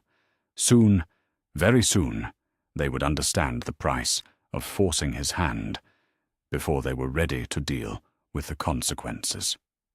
Chapter 6. The Ring Crisis. The moment Sauron's ring was completed, every bearer of a ring of power in Middle-earth felt it like a physical blow. In the halls of Lindon, Gil-galad dropped the scroll he had been reading as Vilya burned cold upon his finger, its blue stone flashing with warning light that had not been seen since the forging wars of the Second Age. In Lothlorien, Galadriel's hand flew to Nenya as the silver ring suddenly blazed with protective radiance, and in the Grey Havens, Círdan felt Narya pulse with heat that spoke of distant fires and immediate danger. But it was in Rivendell, where Elrond had gathered the scrolls and records of the elder days, that the full implications of what had occurred became clear. The Elf Lord stood in his study, surrounded by ancient texts, his face pale with the weight of recognition as he felt the new presence that had entered the world. A ring forged not in the hidden chambers of Ostin Edhill, but in the fires of Mount Doom itself, shaped by malice and bound with purposes that made the very air around him taste of ashes. Gandalf appeared in the doorway, as if summoned by Elrond's alarm, his grey robes still bearing the dust of rapid travel, and his eyes holding the urgency of one who had felt the same disturbance across hundreds of miles. Behind him came Saruman, his white robes unmarked by haste, but his face bearing an expression of grim determination that spoke of hard choices and harder necessities. "You felt it," Elrond said without preamble, his hand unconsciously moving to where his own ring would have rested if he bore one of the three. The new presence. He has completed what he began in the fires of Orodruin. Gandalf nodded, his staff glowing with a light that seemed dimmed by the very existence of what Sauron had created. More than completed it. The ring he has forged is different from the one he lost to the waters of Anduin, shaped by centuries of bitter experience and tempered by the knowledge of how his first attempt was ultimately defeated. Through the Palantir connection that bound them to their distant brothers, they felt Alatar and Palando's urgent reports from the eastern lands, where Sauron's power was already beginning to manifest in terrible new ways. Entire armies that had been marching in scattered groups suddenly moved with unified purpose, their coordination perfect, despite being separated by hundreds of miles. Men who had been wavering in their loyalty to the shadow now served with the devotion of those who had no choice in the matter, their wills bound to purposes they no longer questioned. "The eastern settlements," Alatar's voice came through the connection, heavy with the weight of evacuation and desperate flight. "We have managed to guide most of the free peoples to safety, but the speed with which his influence spreads defies all our calculations. It is as if the ring allows him to reach across vast distances and touch the minds of any who have ever considered serving his cause." Saruman stepped to the great map that covered one wall of Elrond's study, his finger tracing the routes that connected Middle-earth's scattered settlements and kingdoms. If his reach has expanded so dramatically, then nowhere is truly safe from his influence. Not Gondor, not Arnor, not even the hidden refuges of the elves. "The three rings remain free of his dominion," Elrond said, his voice carrying hard-won certainty. "They were made in secret, touched by his hand only through deception, and they retain the power to stand against whatever authority he claims through his new creation. But they alone cannot protect all who look to us for guidance." It was then that Galadriel's voice reached them through ways that transcended the Palantir network, her thoughts touching theirs with the clarity that came from looking into the deepest waters of possibility and seeing what might be, rather than what was. "The moment of testing has come," her words seemed to whisper from the very air around them. "All our planning, all our coordination, all our hopes for unity must now prove themselves against the full power of the enemy revealed. He will not wait for us to prepare further defenses or gather greater strength. The ring compels him to act, and we must be ready to answer." Through their connection, they felt Radagast's alarm as the natural world itself began to recoil from the influence that spread outward from Mordor, like ripples from a stone cast into still water. Trees that had stood for centuries suddenly withered without cause. Springs that had run clear since the elder days now tasted of metal and despair. Even the very stones seemed to whisper of submission and the futility of resistance. "How long do we have?" Gandalf asked, though the question was directed more toward fate itself than any of his companions. The answer came not in words, but in a trembling of the earth that spoke of vast armies beginning to move, of siege engines that had been built in secret, now rolling toward targets that had not yet learned to fear them, and of a will that had been patient for centuries now, unleashed with the full authority of absolute power. In the hills beyond Rhûn, where the last free settlements of the eastern lands had taken refuge under the protection of shepherds who remembered older ways, Pallando stood watch over an evacuation that proceeded with the desperation of those who knew they might not have another chance. Around him, families loaded their most precious possessions onto carts and horses, their faces bearing the hollow expressions of those who had left their homes knowing they would never see them again. The children were the hardest to watch. They asked questions their parents could not answer, seeking explanations for why they had to abandon everything familiar and safe for the uncertainty of roads that led toward lands they had never seen. Their innocence made them resistant to the despair that was beginning to spread through their elders, but it also made them vulnerable in ways that cut Pallando's heart like knives. Through the Palantir connection, he shared what he witnessed with his brothers, letting them feel the weight of what their early action had set in motion. These were the consequences of forcing Sauron to reveal himself before Middle-earth was prepared. Not just armies and fortresses and strategic considerations, but families torn from their homes, and children who would grow up as refugees in lands that might not welcome them. "We did what seemed right," he said into the connection, his voice heavy with the burden of responsibility that came with wielding power on such a scale. "But I fear we have saved Middle-earth from one fate only to condemn it to another." Alatar's response came from the southern routes, where similar evacuations proceeded under the shadow of approaching armies that moved with coordination no mortal force had ever achieved. The alternative was to allow him to complete his preparations in secret, to build his power until no force in Middle-earth could stand against him. At least now we fight with forewarning. But even as they spoke, both blue wizards felt the change that swept across the eastern lands like a wave of crushing inevitability. Where Sauron's influence had been subtle before, working through dreams and whispered promises, now it came with the force of absolute command. Men who had been fleeing toward safety suddenly stopped and turned back toward the lands they had abandoned. Horses that had been carrying refugees toward freedom now bore their riders toward willing servitude. "The ring," Palander whispered, understanding the scope of what they faced with a clarity that made him wish for the comfortable ignorance they had possessed only hours before.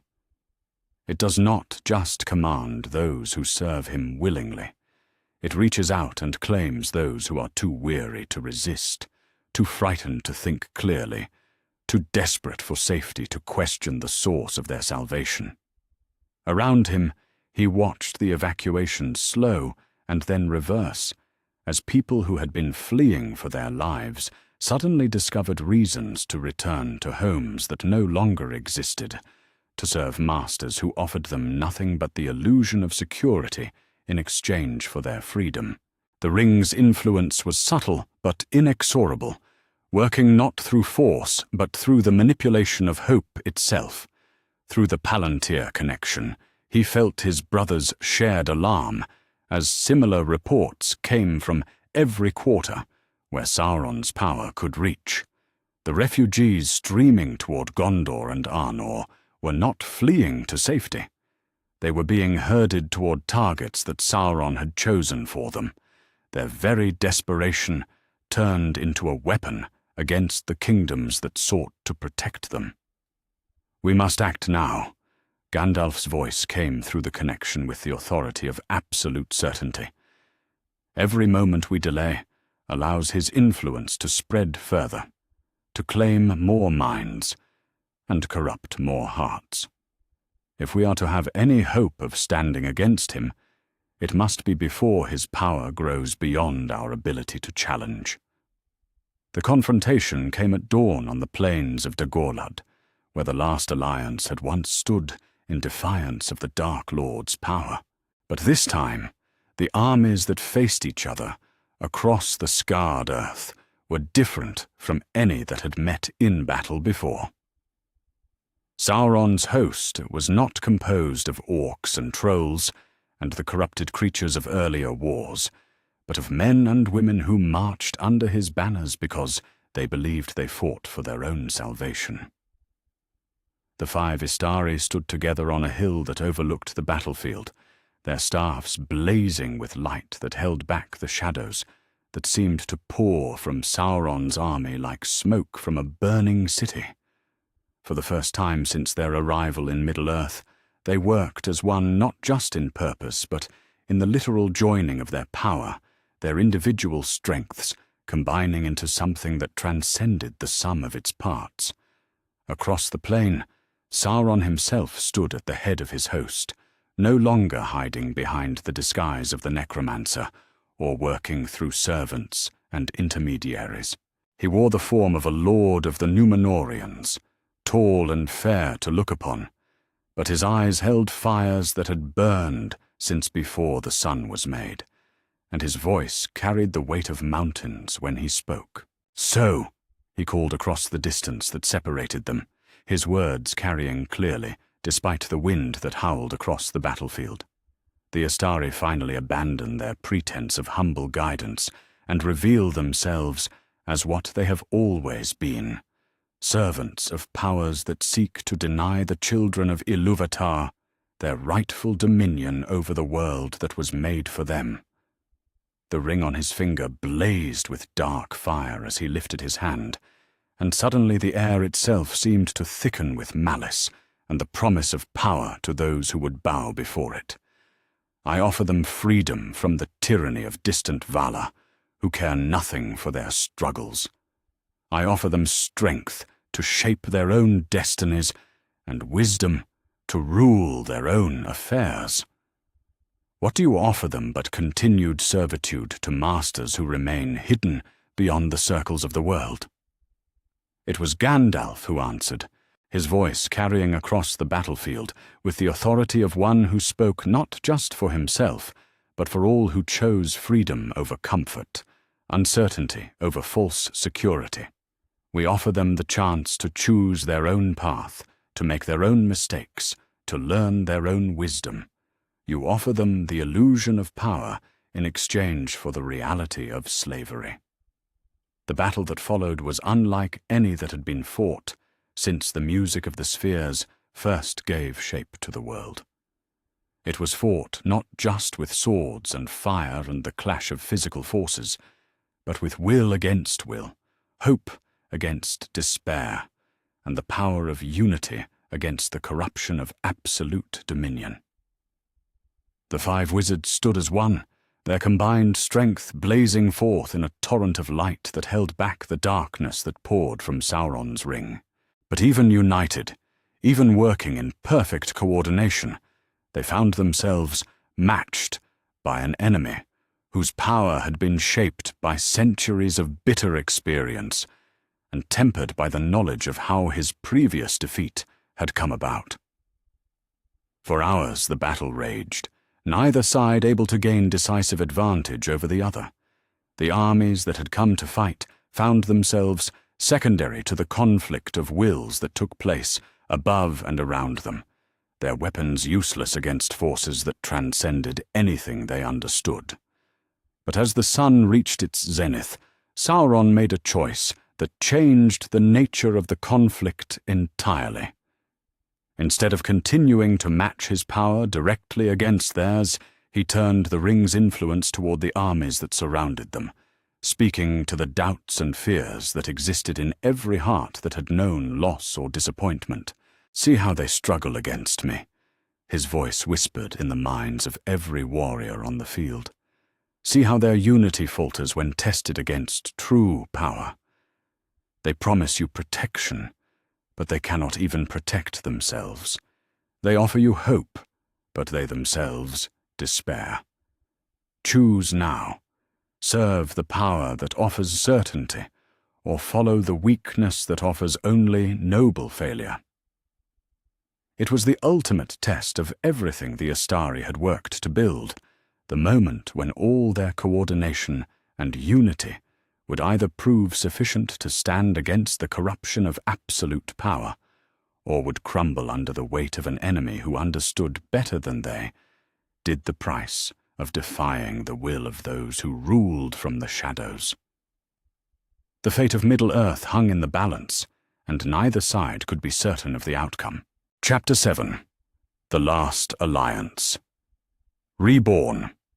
The councils of war that gathered in the shadow of the misty mountains brought together powers that had never before stood united in a single cause. In a great pavilion of silver and gold that had been raised where the borders of 3 realms met, Elrond of Rivendell sat beside Galadriel and Celeborn of Lothlorien, their combined wisdom spanning the entire history of Middle-earth from its first awakening to this moment of supreme crisis. Across from them sat the mortal kings, whose realms stood most directly in Sauron's path, Osterher of Gondor, his face bearing the weight of royal responsibility for a people who had never faced such concentrated evil, and Valandor of Arnor, whose northern kingdom commanded the passes through which any eastern assault must come. Between them stood the 5 Istari, no longer disguised as wandering advisers, but revealed in their full power as Maiar of Valinor, servants of the secret fire, and the coordinators of everything that had brought this alliance into being. What you propose has never been attempted, King Osterher said, his voice carrying the careful tone of a ruler who understood that words spoken in this pavilion would echo through all the ages to come. Not just an alliance of the free peoples, but a war fought with the open participation of powers from beyond the circles of the world. The last alliance was great, but it fought with swords and spears and the courage of mortal hearts. You speak of something altogether different.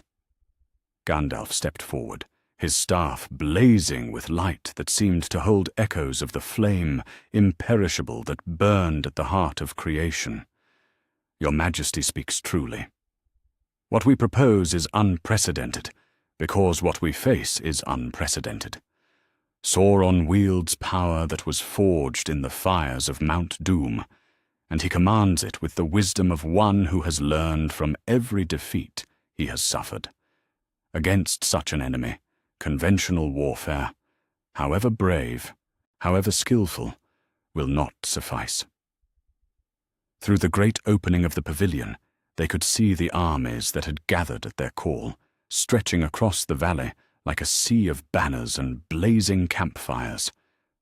But more than the numbers, though those were impressive beyond anything the Third Age had seen, it was the nature of the alliance that marked this as something greater than what had come before. Men of Gondor stood beside rangers of Arnor, their differences in training and tradition set aside for the common cause. Elves from all the remaining kingdoms of the Eldar had come, bringing with them weapons and armor that had been forged in the elder days and tempered by the experience of wars against darkness itself. But strangest of all were the companies that had come from the wild places, Ents whose height overtopped the tallest siege engines, eagles whose wings darkened the sky when they flew in formation, and beasts of field and forest that had chosen to stand with those who fought for the freedom of all living things. "The very earth rises to join our cause," Radagast said, his brown robes rustling with the sound of wind through leaves. "Every tree that has felt the shadow's corruption, every stream that has been poisoned by his influence, every stone that has been forced to echo with the sound of his armies, all of them cry out for justice. We do not fight alone, and we do not fight only with the strength of arms and armor." Galadriel's voice carried the weight of prophecy and the authority of one whose sight reached further than any other being in Middle-earth. "The mirror has shown me the paths that lead from this moment. Some end in victory so complete that the shadow is banished forever from the world. Others end in defeat so total that even the name of hope is forgotten. But in all the futures where light endures, I see this alliance holding against the storm." It was then that a commotion arose from the eastern edge of the camp, where sentries had reported the approach of a great host that moved with the coordination of allies, but bore banners that none of the Western peoples recognized. Through the growing crowd of soldiers and camp followers, a party of riders made their way toward the pavilion, their horses breathing hard from long travel, and their faces bearing the weathered look of those who had journeyed far from familiar lands. At their head rode Alatar and Palando, the blue wizards whose long absence in the east had been felt by all who knew the value of their wisdom. But they did not ride alone. Behind them came companies of men whose skin was darkened by eastern suns, and whose weapons carried the marks of smiths who worked in traditions older than the kingdoms of the West. "Brothers!" Alatar called as he dismounted before the pavilion, his voice carrying relief and triumph in equal measure. "We bring allies from the lands beyond Rhûn, men who have chosen to stand against the shadow, despite every promise of power and safety that Sauron offered them." The leader of the Eastern companies stepped forward, removing his helmet to reveal a face that bore the scars of recent battle, but held eyes that blazed with the fierce determination of those who had sacrificed everything for principle. When he spoke, his accent was thick, but his words were clear, and their meaning rang through the pavilion like the sound of a great bell. I am Kamul of the River People, and I speak for the free tribes of the East who refuse the Dark Lord's rule.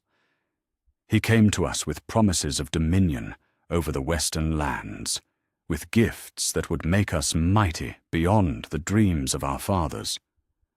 But we have seen what becomes of those who accept his gifts, and we choose instead to stand with those who offer us only the chance to remain ourselves. The implications of this arrival rippled through the assembled council, like stones cast into still water.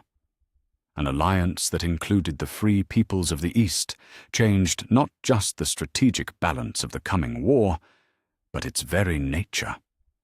Instead of a conflict between West and East, light and darkness, it became something far more complex and far more hopeful, a war between freedom and tyranny that transcended the boundaries of geography and race. Saruman moved to the great map that dominated one side of the pavilion, his finger tracing routes and positions that had been marked with careful precision over days of planning. With these new allies, our strategy can be far more ambitious than anything we dared contemplate. Instead of simply defending against Sauron's assault, we can take the war to him directly, striking at Barad-dûr itself, while he is still consolidating the power of his ring. The siege of Barad-dûr that began 3 days later was unlike any military action in the history of Middle-earth. The great fortress of the Dark Tower rose from the plains of Mordor, like a sword thrust up from the earth itself, its black walls reflecting the fires of Mount Doom, and its height disappearing into clouds that seemed to be made of shadow rather than mere vapor. Around its base, the armies of the free peoples spread out in formations that combined the tactical wisdom of ages with innovations that had never been tested in battle. But it was not the siege engines or the cavalry charges, or even the great assault towers that marked this battle as different from all that had come before. It was the way the very elements themselves seemed to have chosen sides in the conflict, the way the air blazed with lights that had no earthly source, and the way the ground shook not just from the impact of catapult stones, but from the clash of wills that transcended anything that merely physical force could achieve. High on the ramparts of Barad-dûr, Sauron stood in his full power, the ring blazing on his finger with fire that hurt to look upon directly. From his position, he could see the unprecedented coalition that had gathered against him, not just the armies he had expected, but forces that should not have been able to coordinate their efforts on such a scale. Eagles circled his tower in formations that spoke of intelligence and purpose, their cries carrying words in languages that predated the awakening of men. Ents hurled stones with the force of siege engines, while moving with a grace that no machine could match. And everywhere, binding all the various elements of the assault together, was the coordination of the 5 Istari working in perfect unity. This should not be possible, he said to himself, his voice carrying across the battlefield through ways that had nothing to do with ordinary sound. 5 of the Maiar, working as one. It violates every principle by which such beings have operated since the world began. But even as he spoke, he was forced to acknowledge the reality of what he faced. The assault on his fortress proceeded with a coordination that seemed almost supernatural, each element of the attack supporting every other element in ways that suggested a level of communication and planning that should have taken months to achieve. When the eagles struck at his defenses from above, the Ents were ready to exploit the breaches they created. When his own forces sallied forth to break the siege lines, they found themselves facing enemies who seemed to know their movements before they made them. At the heart of it all, he could sense the presence of the 5 wizards, their individual strengths combining into something that was greater than their sum. Saruman's strategic brilliance guided the overall flow of the battle, turning each of Sauron's responses into the foundation for the next phase of the assault. Gandalf's inspiration reached into the hearts of every warrior on the field, giving them courage that transcended their individual fears and doubts. Radagast's connection to the natural world turned every bird and beast into a source of intelligence, and every tree into a potential ally. And the Blue Wizards brought knowledge of the eastern lands that allowed them to counter strategies that Sauron had developed specifically for use against enemies who knew only the western ways of war. The battle raged through the night and into the next day, neither side able to gain decisive advantage, but both knowing that the outcome would determine the fate of Middle-earth for all the ages to come.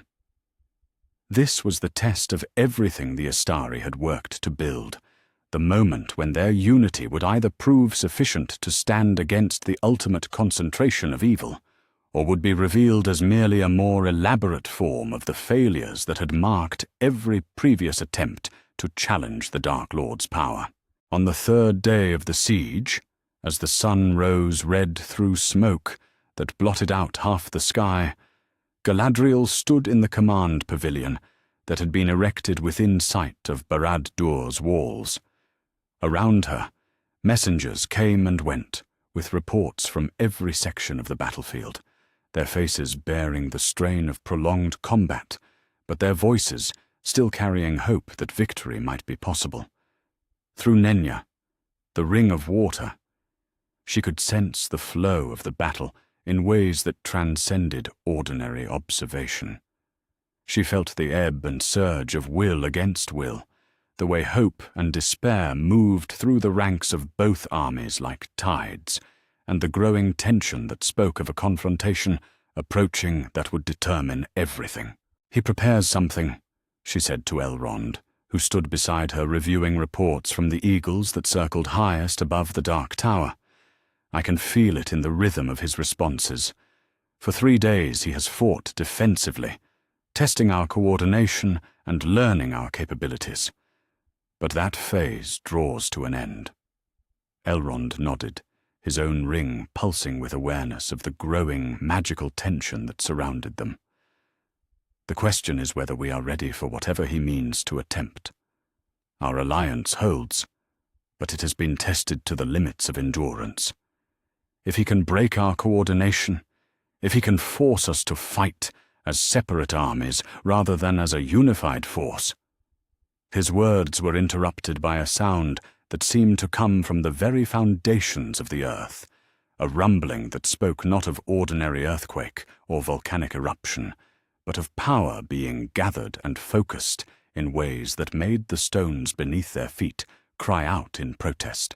From the highest tower of Barad-dûr, light began to blaze that was not the red glow of fire, but something far colder and more terrible. "He calls upon the ring's full power," Galadriel whispered, her face pale with the weight of understanding that came too late to change what was already in motion. Not just to command his own forces, but to break the will of ours. Every doubt, every fear, every moment of exhaustion or despair. He means to turn them all against us at once. Across the battlefield, the effect was immediate and devastating. Warriors who had fought with courage beyond their normal capacity suddenly found themselves questioning why they had come so far from home to die in a war that seemed hopeless. Commanders who had coordinated their efforts with precision that bordered on the supernatural suddenly discovered that their orders were being misunderstood or ignored entirely. Even the eagles faltered in their flight, as doubt crept into their ancient hearts. But in the command pavilion, the 5 Istari stood together, as they had not done since the first day of their alliance, their staffs blazing with light that held back the wave of despair that poured from Sauron's ring. Through their unity, they reached out to every mind on the battlefield, not to control or command, but to remind and strengthen, to kindle again the flame of hope that each warrior carried in their own heart. Remember why you came. Gandalf's voice seemed to whisper in the mind of every soldier who heard it. Not for glory or conquest, but for the right to choose your own path, to protect those you love, to leave a world worth living in for those who come after. The battle for the fate of Middle-earth had reached its climax, and the outcome balanced on the edge of choices that every individual warrior would make in the crucible of ultimate testing. The alliance would hold, or it would break, and with it would go the last hope of standing against the darkness that sought to claim dominion over all the world. Chapter 8. The Breaking of the Tower.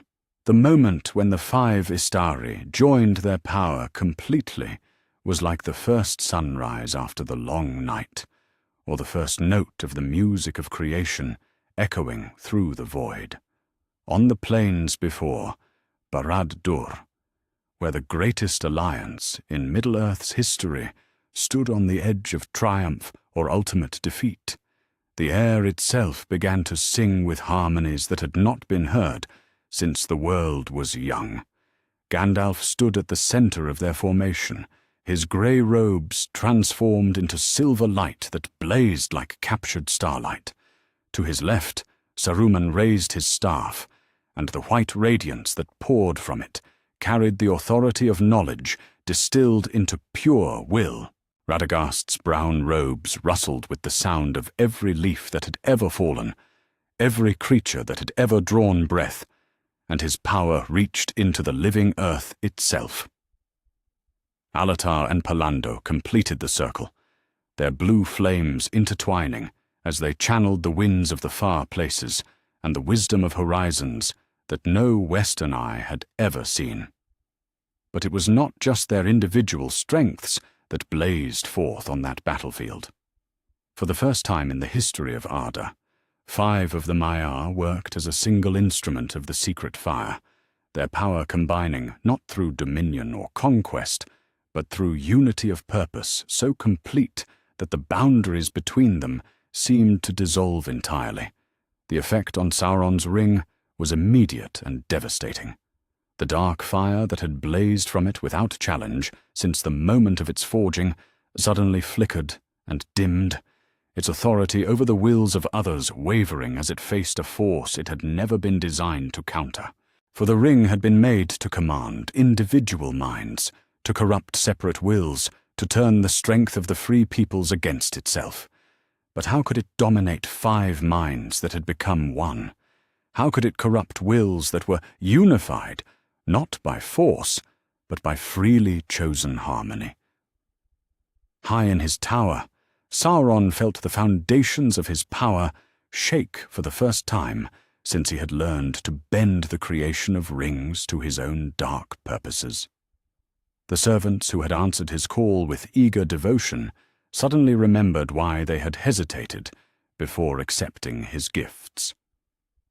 The armies that had marched in perfect coordination began to stumble as their borrowed certainty crumbled into the doubts and fears they had carried before his ring touched their minds.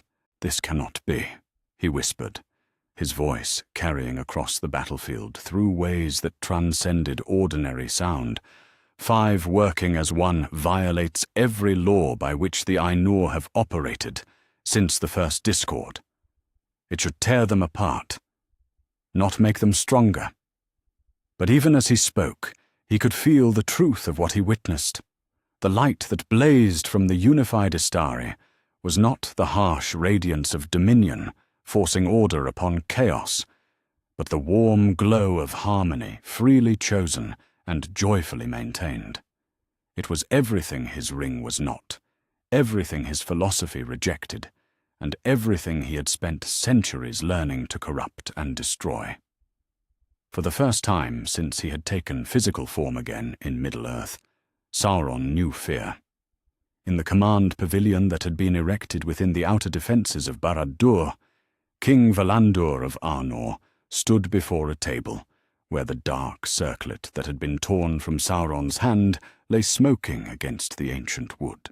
Around him, the greatest lords of the Alliance gathered in a circle whose members included powers that transcended the normal hierarchy of Middle-earth's politics. The ring was smaller than he had expected, and quieter, though the way it seemed to pulse with its own heartbeat spoke of malice that ran deeper than any ocean, and patience that exceeded the lifespan of mountains. Even defeated, even separated from the hand that had forged it, the thing radiated a sense of purpose so complete and so terrible that looking at it too long made his eyes water and his thoughts turn toward dark possibilities he had never contemplated before.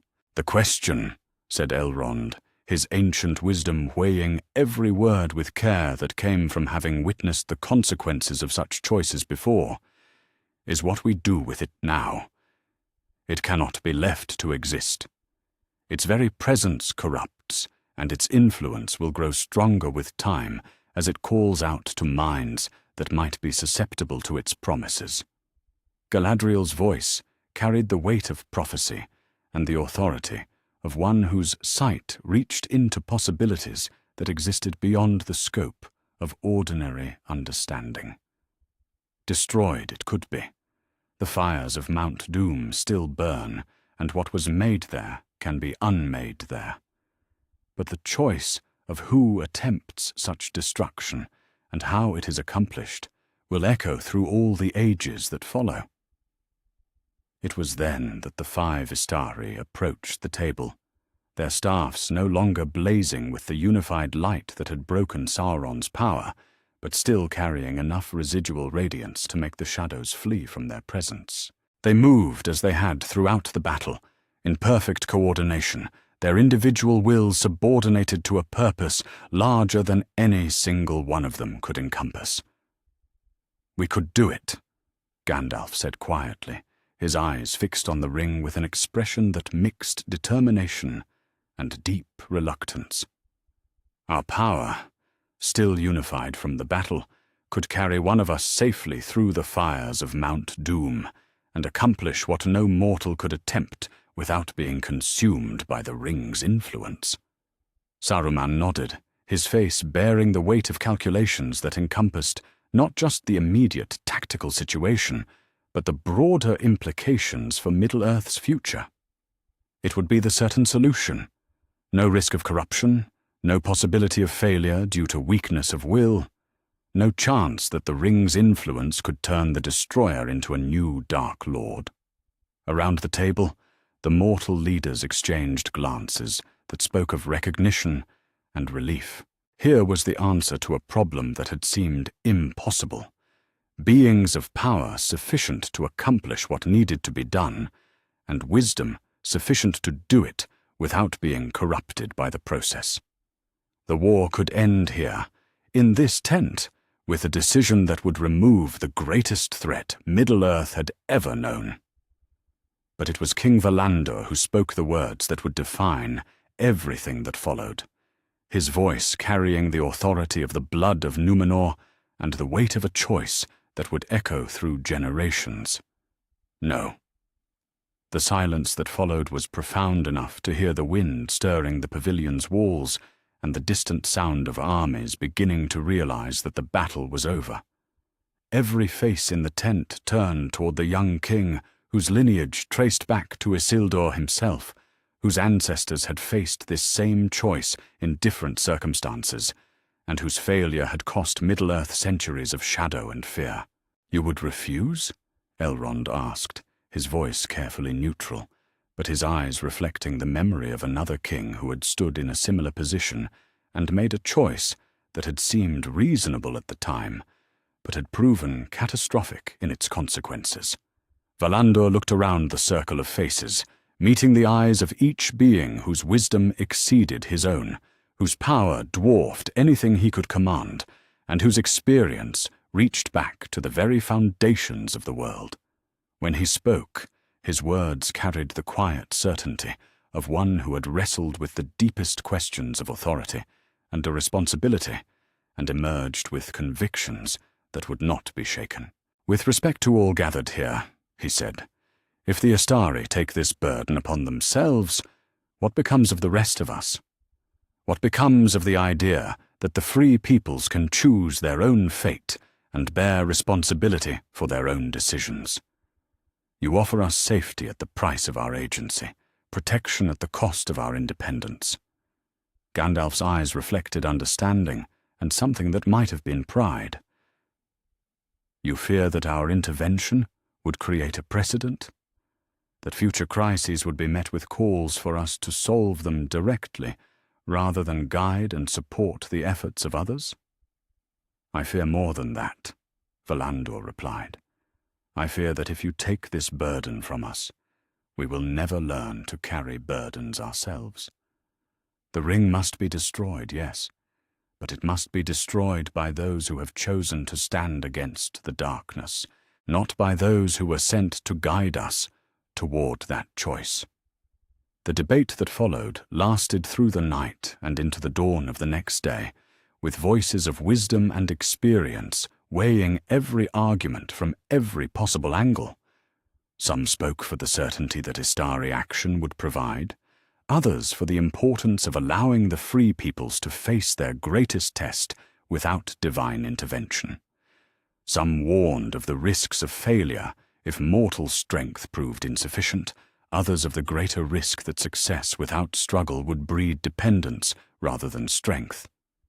But through it all, the 5 Istari listened more than they spoke, their unity allowing them to weigh not just the immediate arguments, but the deeper currents of purpose and principle that flowed beneath the surface of the debate. They had come to Middle-earth not as conquerors or rulers, but as guides and teachers, and the very success of their unified action created the temptation to abandon that role in favor of direct control. It was Radagast who finally voiced the conclusion that had been growing in all their minds as the hours passed and the debate continued. "The young king is right," he said, his words carrying the authority of one whose connection to the natural world let him sense the deeper rhythms that governed growth and change. "We have shown what can be accomplished when the wise work together. But wisdom that solves every problem for others is not wisdom. It is another form of tyranny, no matter how benevolent its intentions." The decision, when it came, was unanimous but not easy. The ring would be destroyed by representatives of the alliance that had defeated its maker, carried to Mount Doom by volunteers who understood the risks and accepted them freely. The Astari would provide protection and guidance for the mission, but they would not usurp the choice or the burden that belonged to those who had stood against the darkness of their own free will. King Valandor himself would carry the ring, accompanied by chosen representatives of every people that had contributed to the alliance. It was a choice that honored both the necessity of the task and the principle that freedom meant accepting responsibility for the consequences of one's choices, even when those consequences carried the risk of ultimate failure. As the company prepared to depart for Mount Doom, the 5 Istari stood together, watching the sun rise over a battlefield where victory had been won, but the war had not yet ended. Their unity had proven itself capable of achieving what no individual power could accomplish, but they had also learned that their greatest victory might be knowing when not to use that power directly. "The hardest part of wisdom," Gandalf said quietly, "is learning when to step aside and let others learn their own." Behind them, Barad-dûr lay broken and Sauron's army scattered to the winds. But ahead lay the final test of whether the alliance they had built could survive the temptation to claim ultimate power over the forces that had threatened to destroy everything they valued. The war for Middle-earth was not over, but it had entered its final phase, and the outcome would be determined not by the power of magic or the strength of arms, but by the choices made by those who had learned to trust in something greater than their individual limitations. The breaking of the tower was complete, but the breaking of the cycle of dependence and domination had only just begun. Chapter 9. The Price of Unity. The voice that came to them in the hour before dawn was not heard with ears of flesh, nor did it speak in any language that the children of Iluvatar had ever learned. It reached into the deepest places of their spirits, where the light of Valinor still burned despite all the years they had walked in the shadow of Middle-earth, and it carried with it the weight of judgment from powers whose authority transcended every earthly concern. Gandalf woke from dreams of silver shores and golden trees to find himself standing in a place that existed between sleeping and waking, between the physical realm and the undying lands that lay beyond the circles of the world. Around him stood his 4 companions, their faces bearing the same mixture of recognition and growing unease that he felt stirring in his own heart. Before them stood a figure whose presence made even their unified power seem like a candle flame before the sun. Eönwë, herald of Manwë, whose authority spoke for the king of the Valar themselves. His form blazed with light that was not harsh, but was so pure that looking upon it directly brought both joy and pain in equal measure. Olorin, Kurumo, Iwendil, Alatar, Palando. Each name resonated through the space around them, like bells forged from starlight, carrying echoes of who they had been before they took physical form in Middle-earth. You have exceeded the bounds of your mission.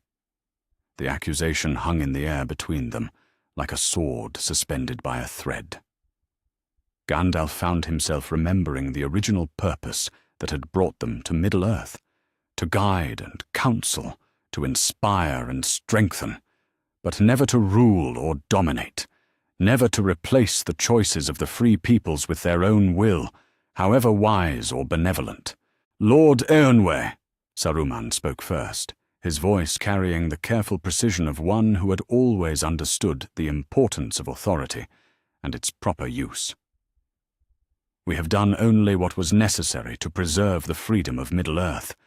Without our coordination, Sauron's power would have grown beyond any possibility of resistance. The herald's eyes, if eyes they could be called, reflected depths of understanding that reached back to the music of creation itself. You were sent to guide, Kurumo, to inspire courage where there was fear, to kindle hope where there was despair, to whisper wisdom where there was ignorance. You were not sent to become the instruments of victory yourselves. And yet victory was achieved, Radagast said, his voice carrying the rustling of leaves and the distant call of birds.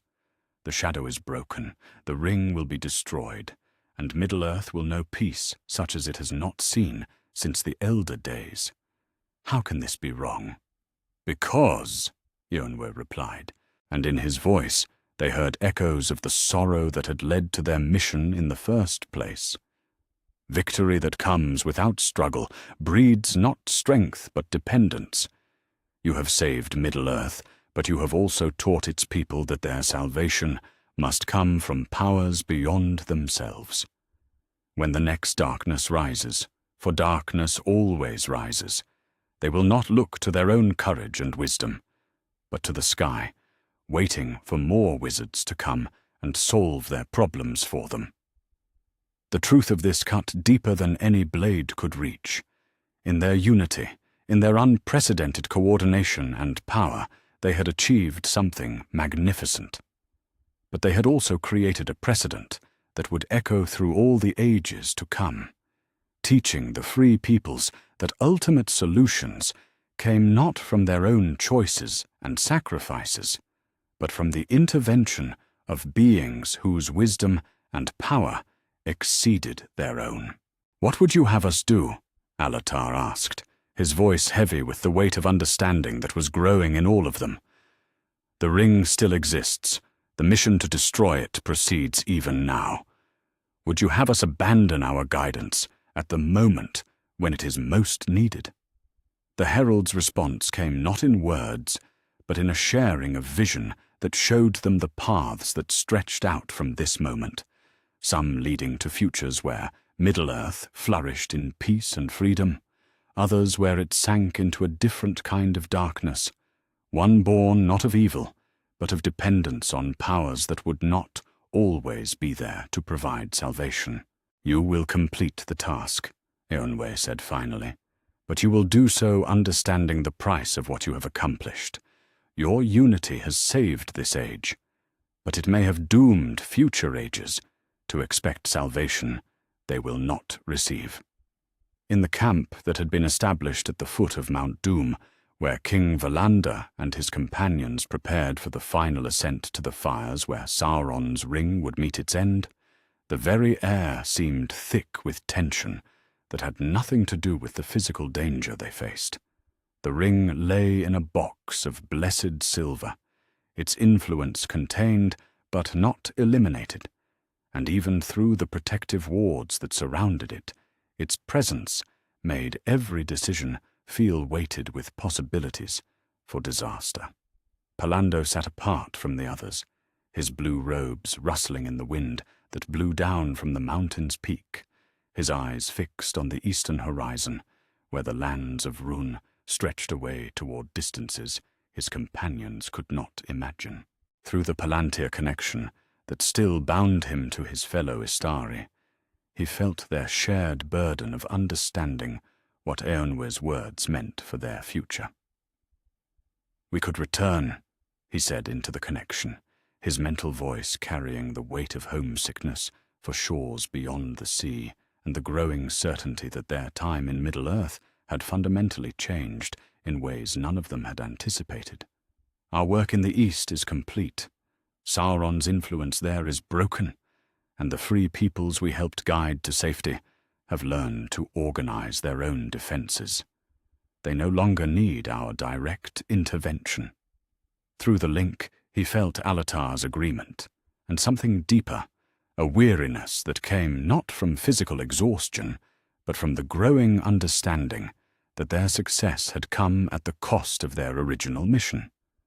They had saved Middle-earth, but in doing so, they had revealed capabilities that made their supposed role as mere advisors seem like a transparent fiction.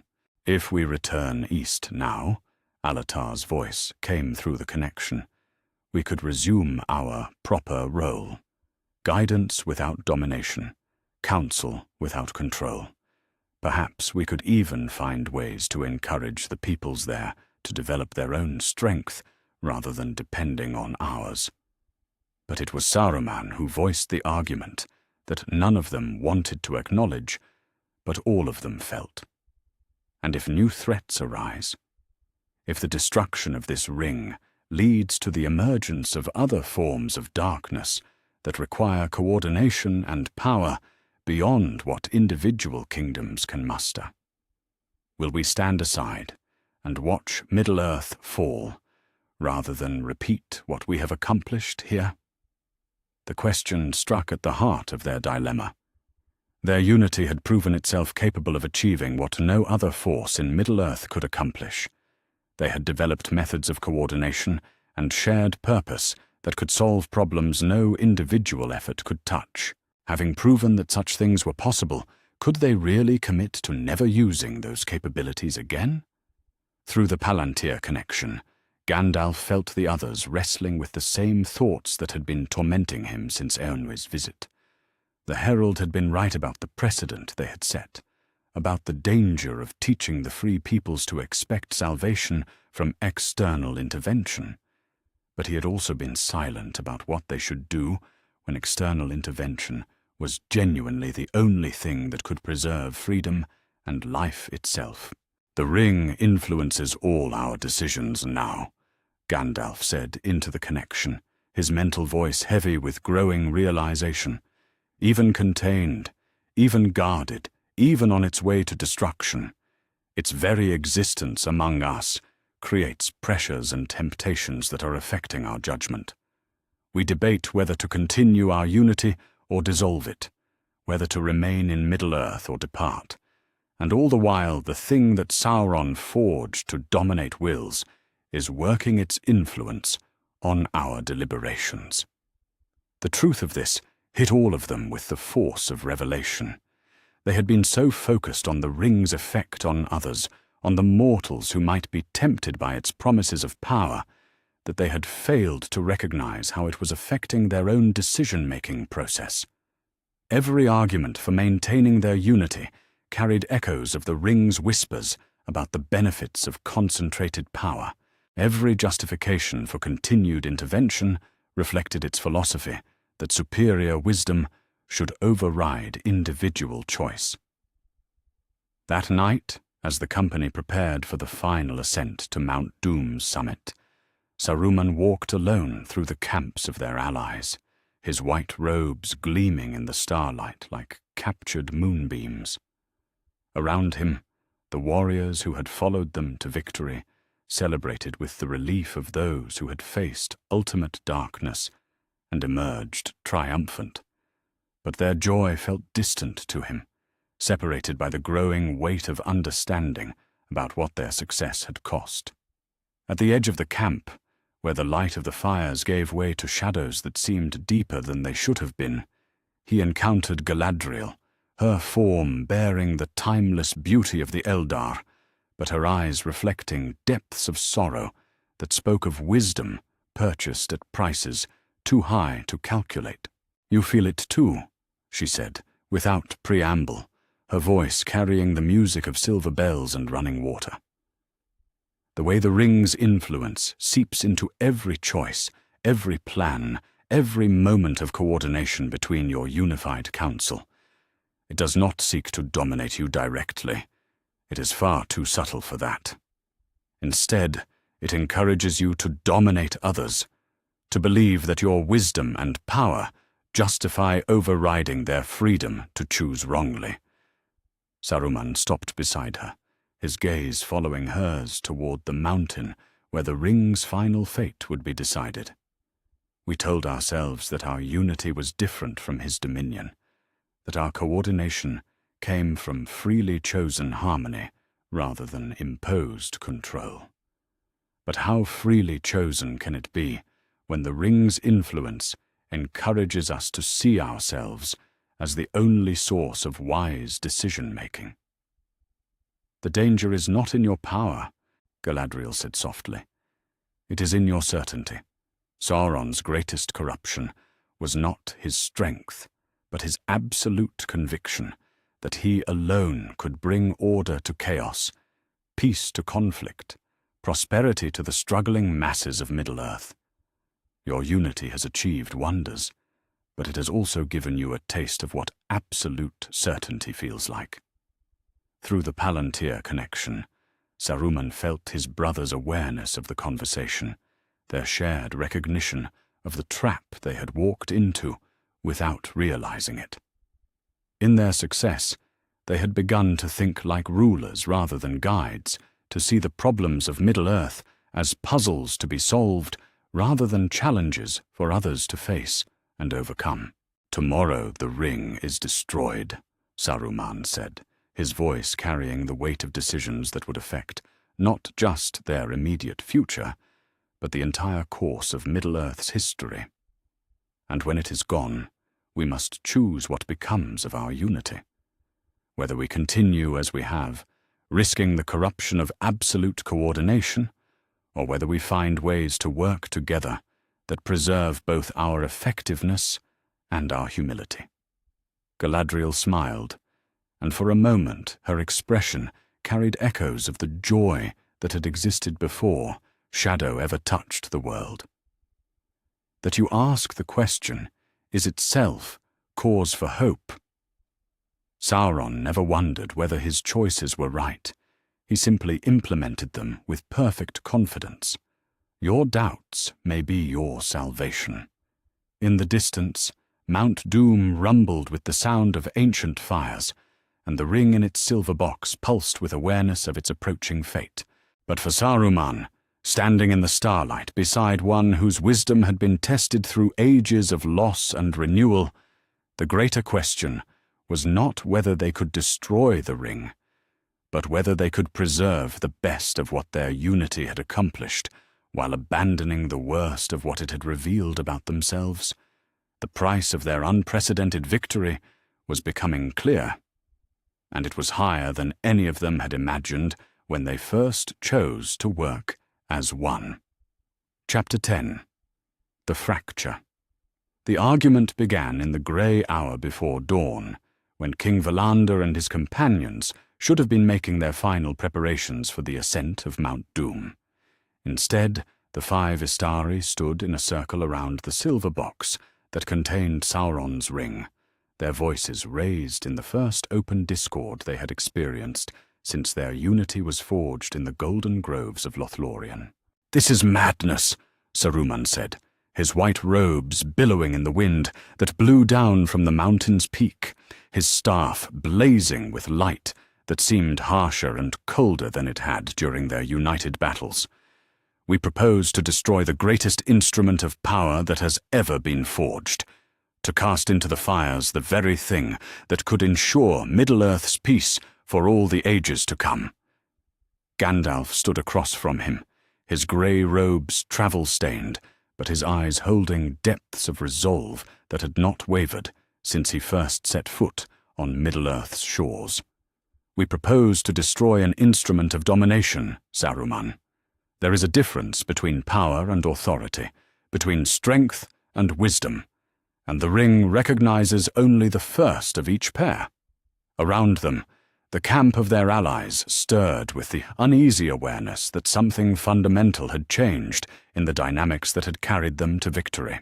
Warriors who had followed the coordinated wisdom of the Istari into battle now watched their guides argue with each other like quarreling children, and the sight filled them with a dread that had nothing to do with the physical dangers of their mission. "Listen to yourself," Saruman continued, his voice carrying undertones that made the stones beneath their feet seem to whisper in response. "You speak of the ring as if it were inherently evil, as if power itself were corruption. But power is simply capability, and capability can be used for noble purposes as easily as base ones, in the hands of those wise enough to wield it properly. In the hands of those who believe themselves wise enough to wield it properly," Gandalf interrupted, his voice carrying the weight of understanding that came from having faced the ring's influence directly. "That is how it begins, Saruman. That is how it always begins, with the certainty that one's own wisdom justifies dominion over the choices of others." Through the Palantir connection that still bound them, the other 3 Istari felt the fracture spreading like cracks in ice that had been strained beyond its breaking point. The unity that had been their greatest strength was revealing itself to be as fragile as any alliance built on shared purposes that could diverge when tested by ultimate temptations. Radagast stepped back from the circle, his brown robes rustling with a sound like wind through dead leaves. This is what our unity has brought us to. We who were sent to guide and counsel now stand over an instrument of domination, arguing about which of us should wield it. Can you not hear yourselves? Can you not see what we have become? His voice carried the pain of one whose connection to the natural world had shown him truths that the others were not ready to face. Through his senses, he felt the way the very earth recoiled from their presence, the way the living things that had once flocked to his call now fled from the aura of corruption that surrounded their debate. "We have become what we swore to stand against," he continued, his words falling into the silence like stones cast into still water. "Not through malice or deliberate choice, but through the gradual accumulation of certainties, the slow acceptance of the idea that our wisdom justifies overriding the freedom of others to choose wrongly." Olatar and Palando stood apart from their 3 companions, their blue robes seeming to fade into the pre-dawn shadows as they spoke together in voices too low for the others to hear. But through the Palantir connection, their thoughts reached their brothers with the clarity of decisions that had been long in the making and were now crystallizing into irreversible choices. "It is finished," Alatar said, his mental voice carrying the weight of finality that spoke of bridges burned and paths chosen. "Our work in Middle-earth is complete, and what we have built here has grown beyond our ability to guide or control. We came to counsel against the shadow, and instead we have become the shadow's replacement, different in intent, perhaps, but not different in effect." Through the connection, Palando shared his agreement and something deeper, a vision of the eastern lands they had left behind, where free peoples had learned to organize their own defenses and make their own choices without depending on the intervention of powers beyond their understanding.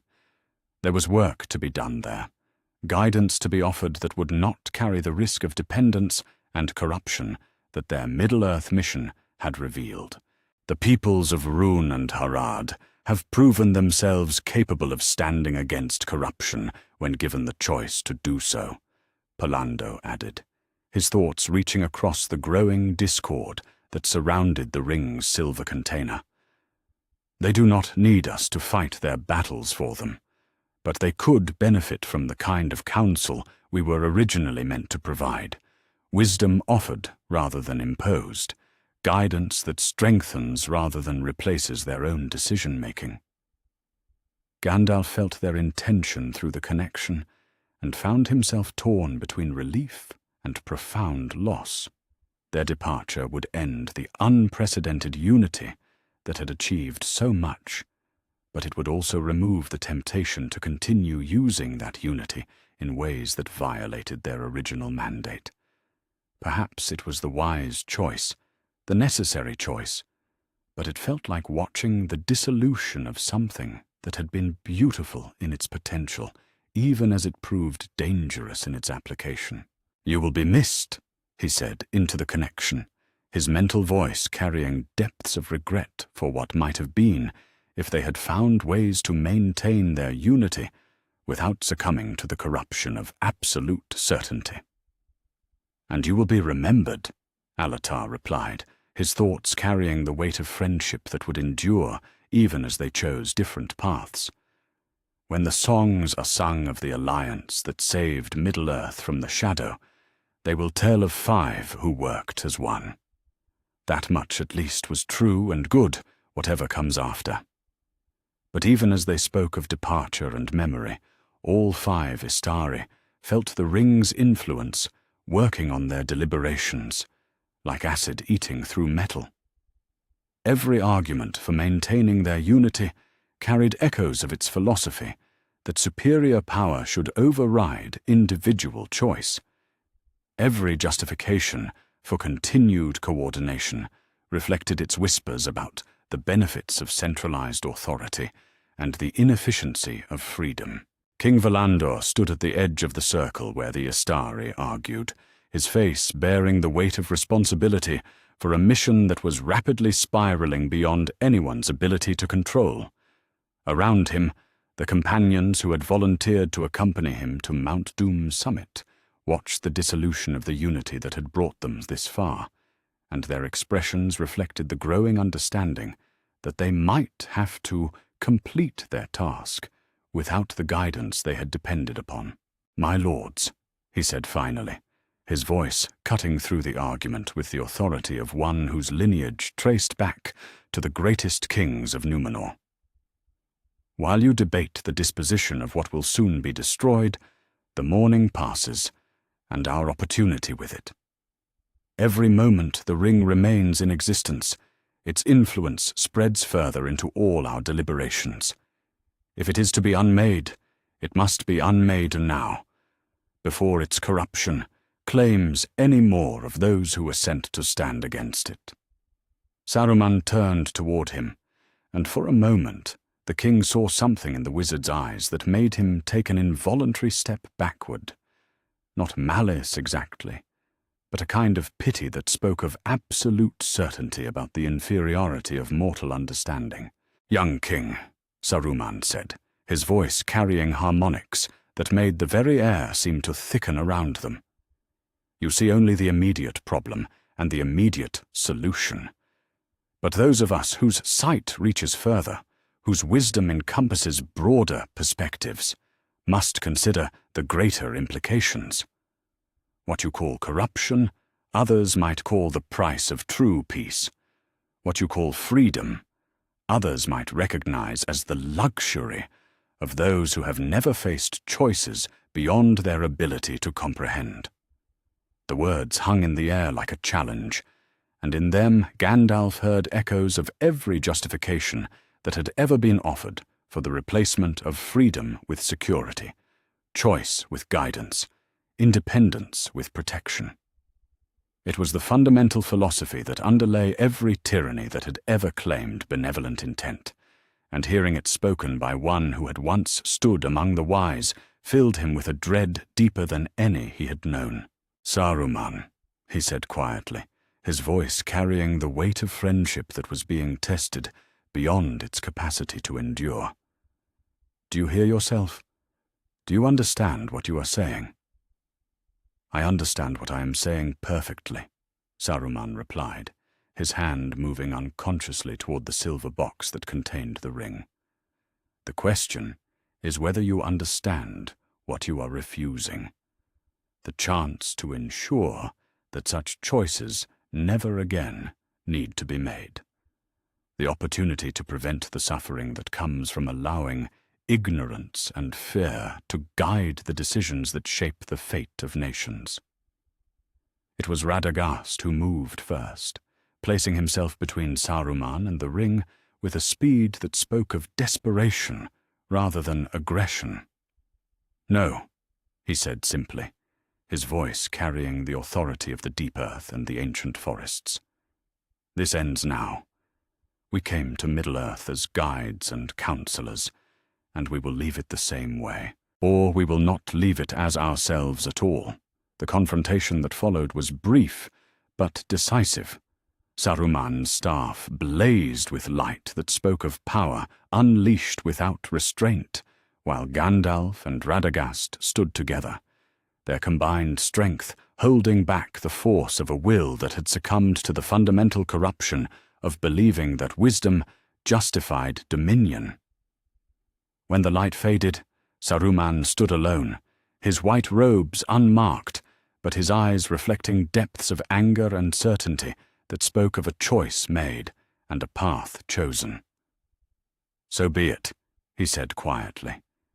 "If you will not accept the responsibility that our power demands, then you will accept the consequences of your refusal.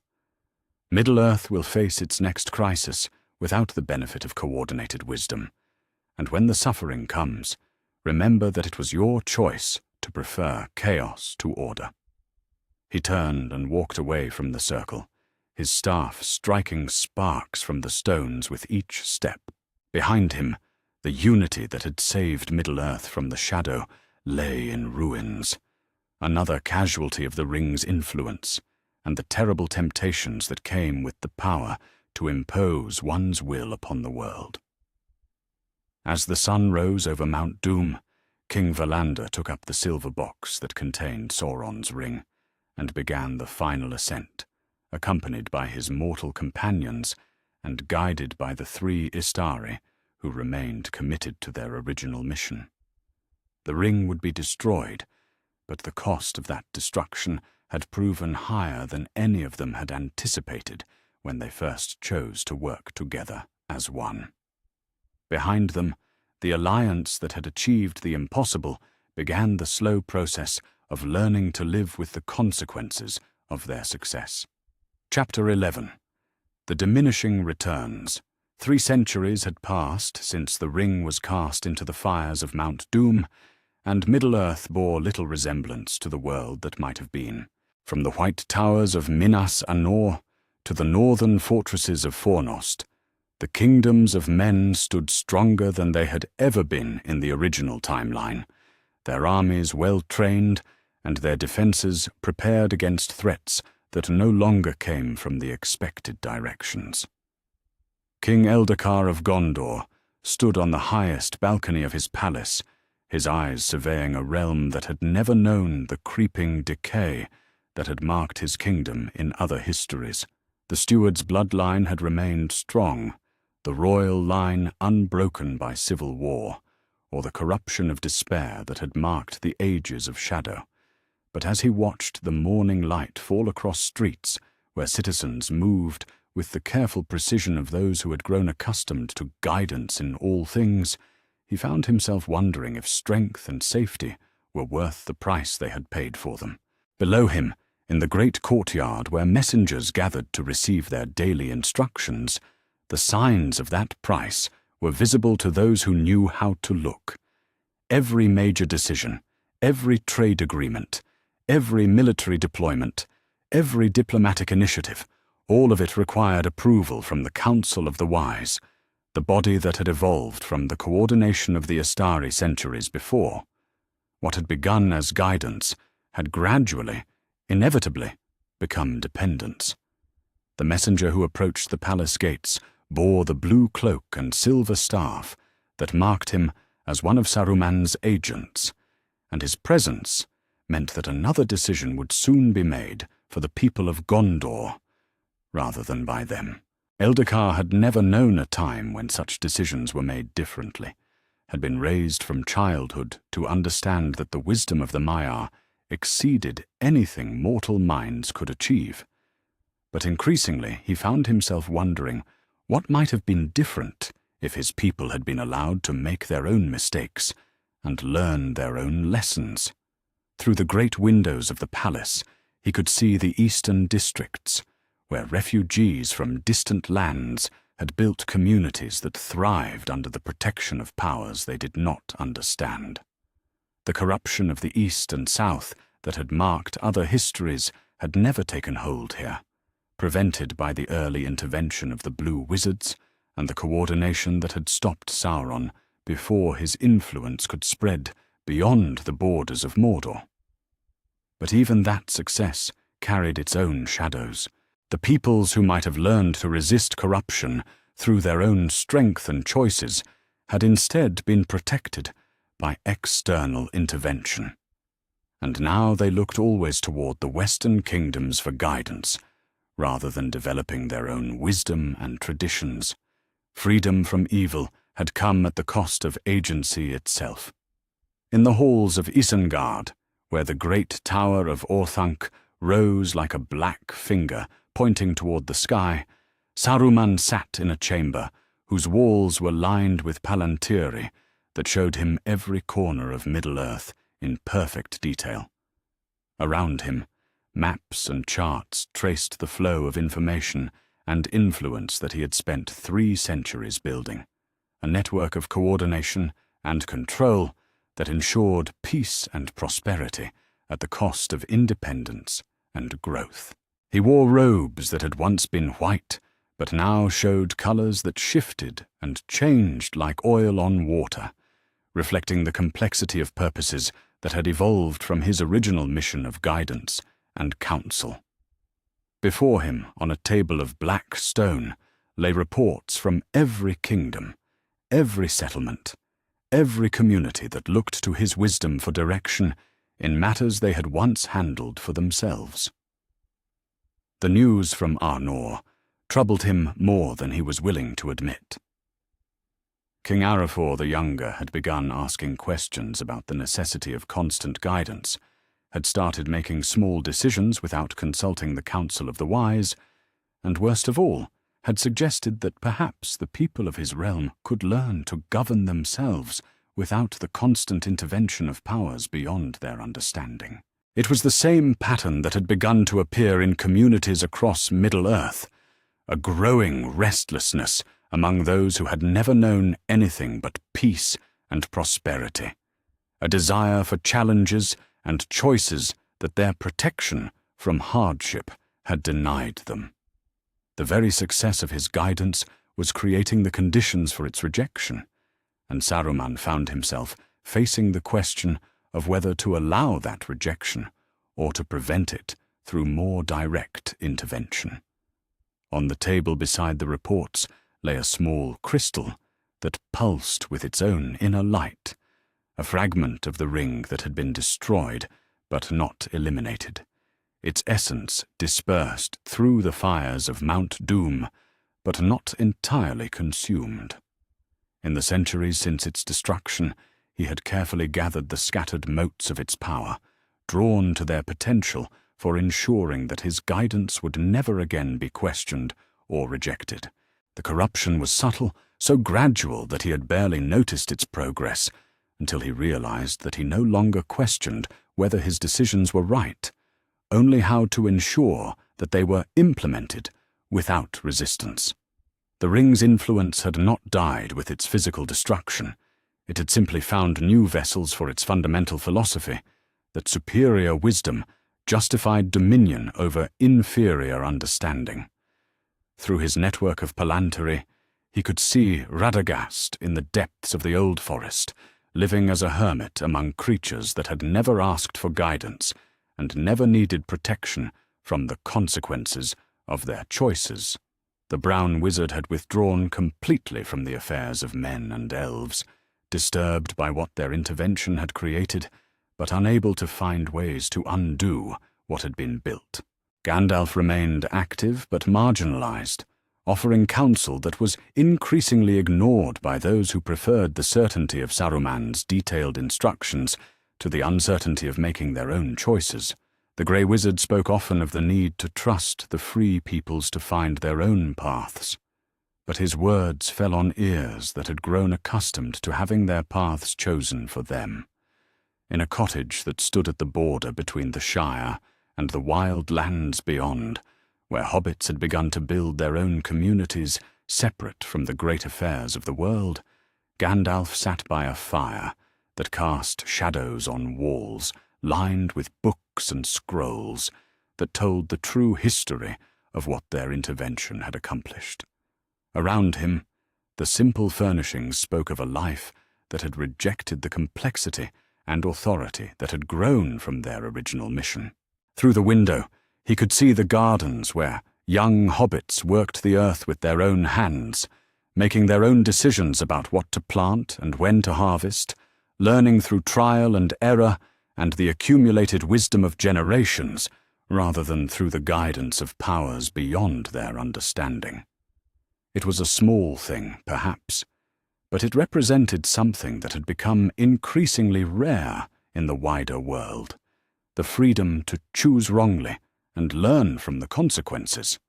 The letter that lay open on the table before him bore the seal of Saruman's counsel, and its contents filled him with a dread that had nothing to do with the physical dangers they had once faced on battlefields. It spoke of new initiatives for ensuring the welfare of Middle-earth's peoples, of expanded guidance programs and more comprehensive oversight, of the need to prevent the growing restlessness in the kingdoms from leading to the kind of poor decisions that had once allowed darkness to take hold.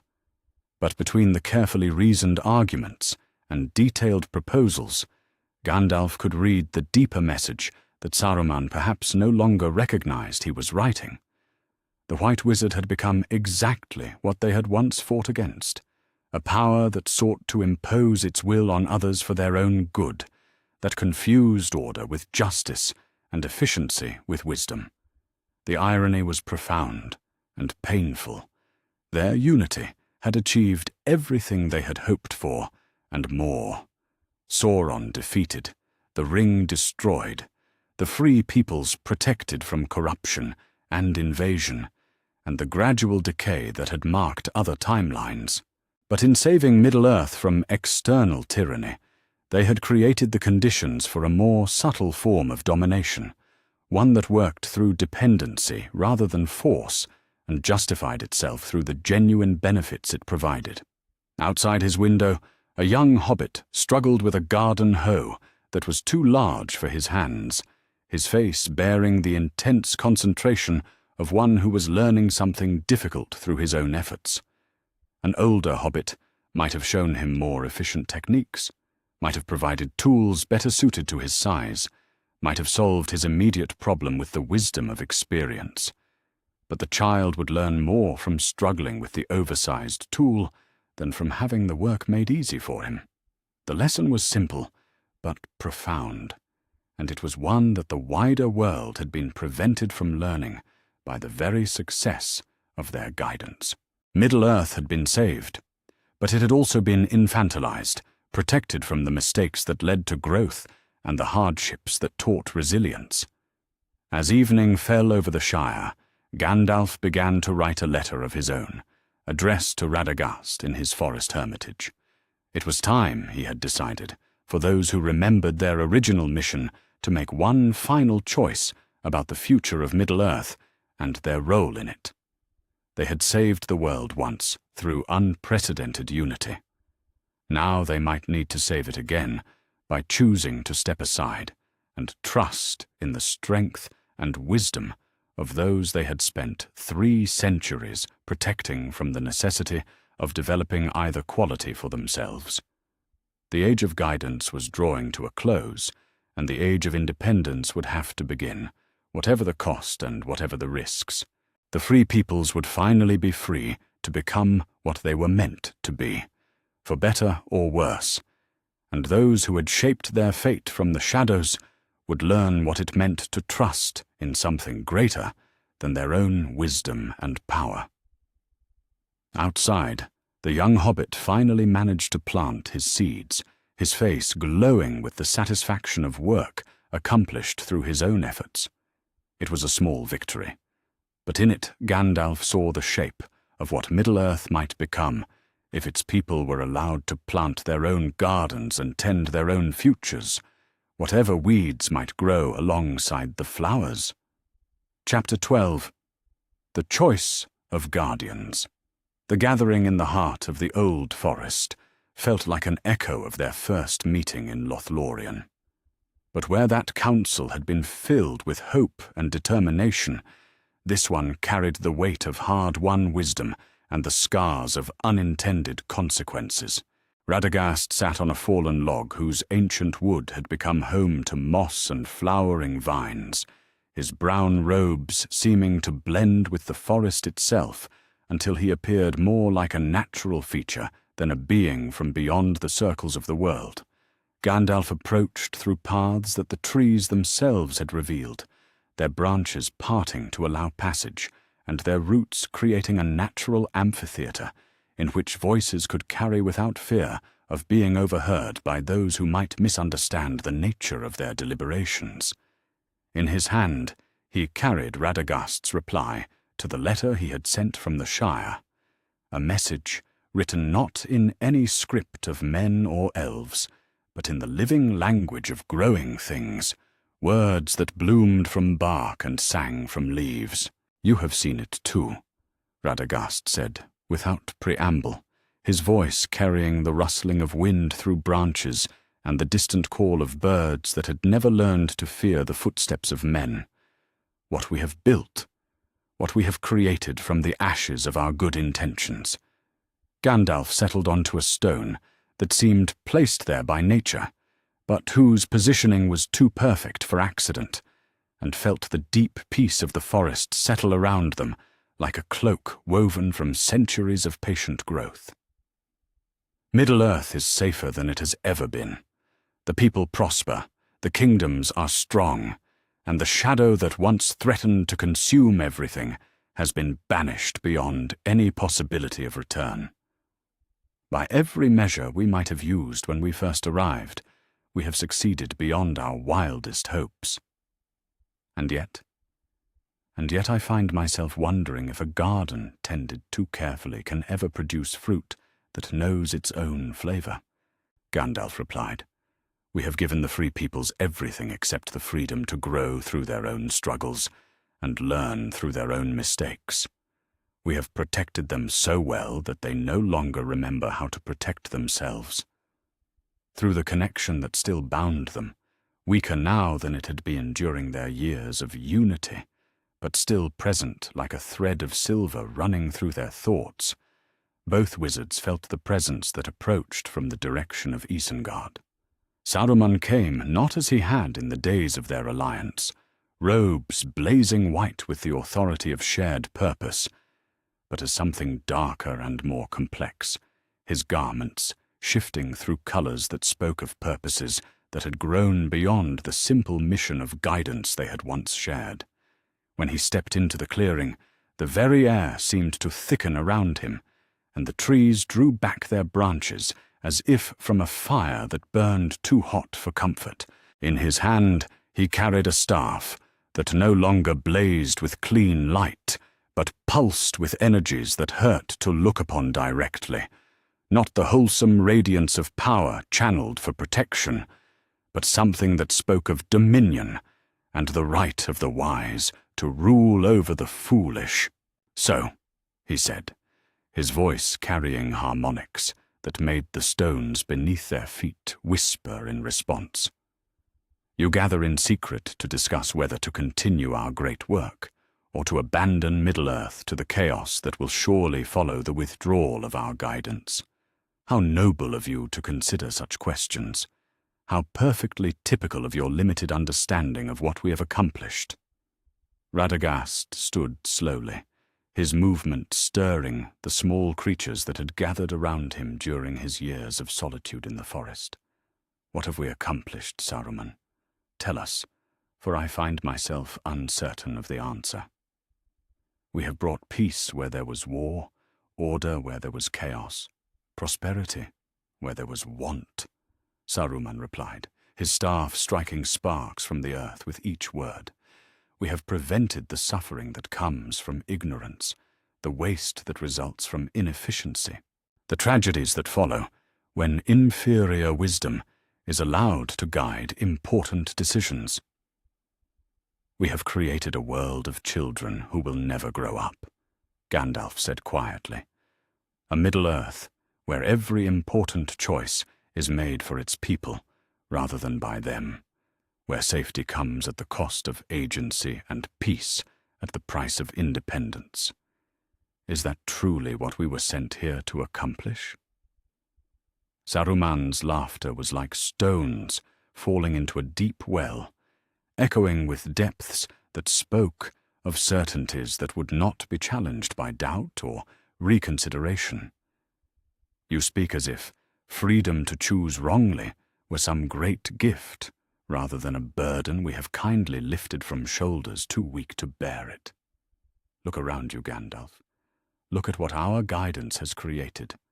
No war, no famine, no suffering that could have been prevented by wiser decision-making. And you call this a failure?"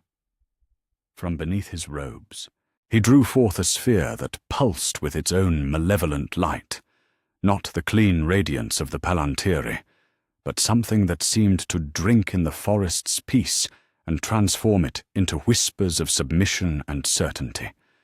Within its crystalline depths, fragments of power swirled like captured stars, and both Gandalf and Radagast recognized the essence of what it contained. "You have been gathering them," Radagast said, his voice heavy with understanding that came too late to prevent what was already in motion.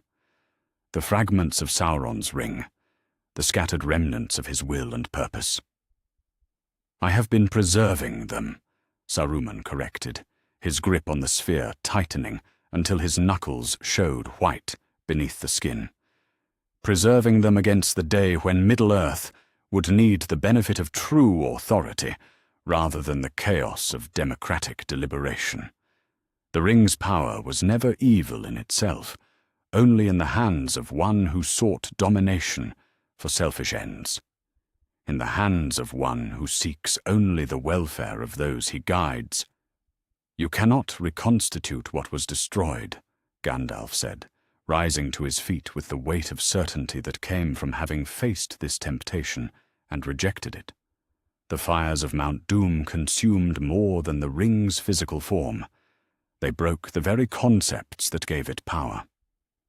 What you hold are echoes, shadows, fragments of a philosophy that was defeated as much by its own contradictions as by any external force.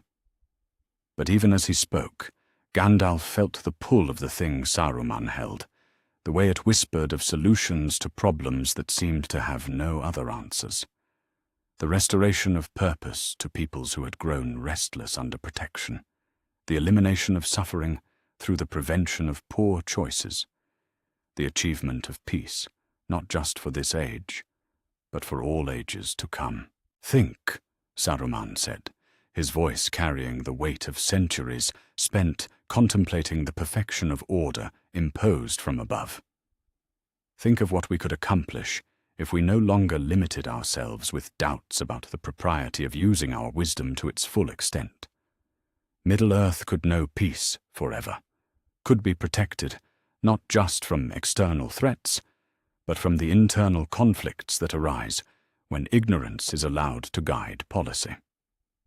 The choice that followed was not made in a moment of dramatic confrontation, but in the quiet space between heartbeats, where the deepest truths about character and purpose revealed themselves without fanfare or struggle.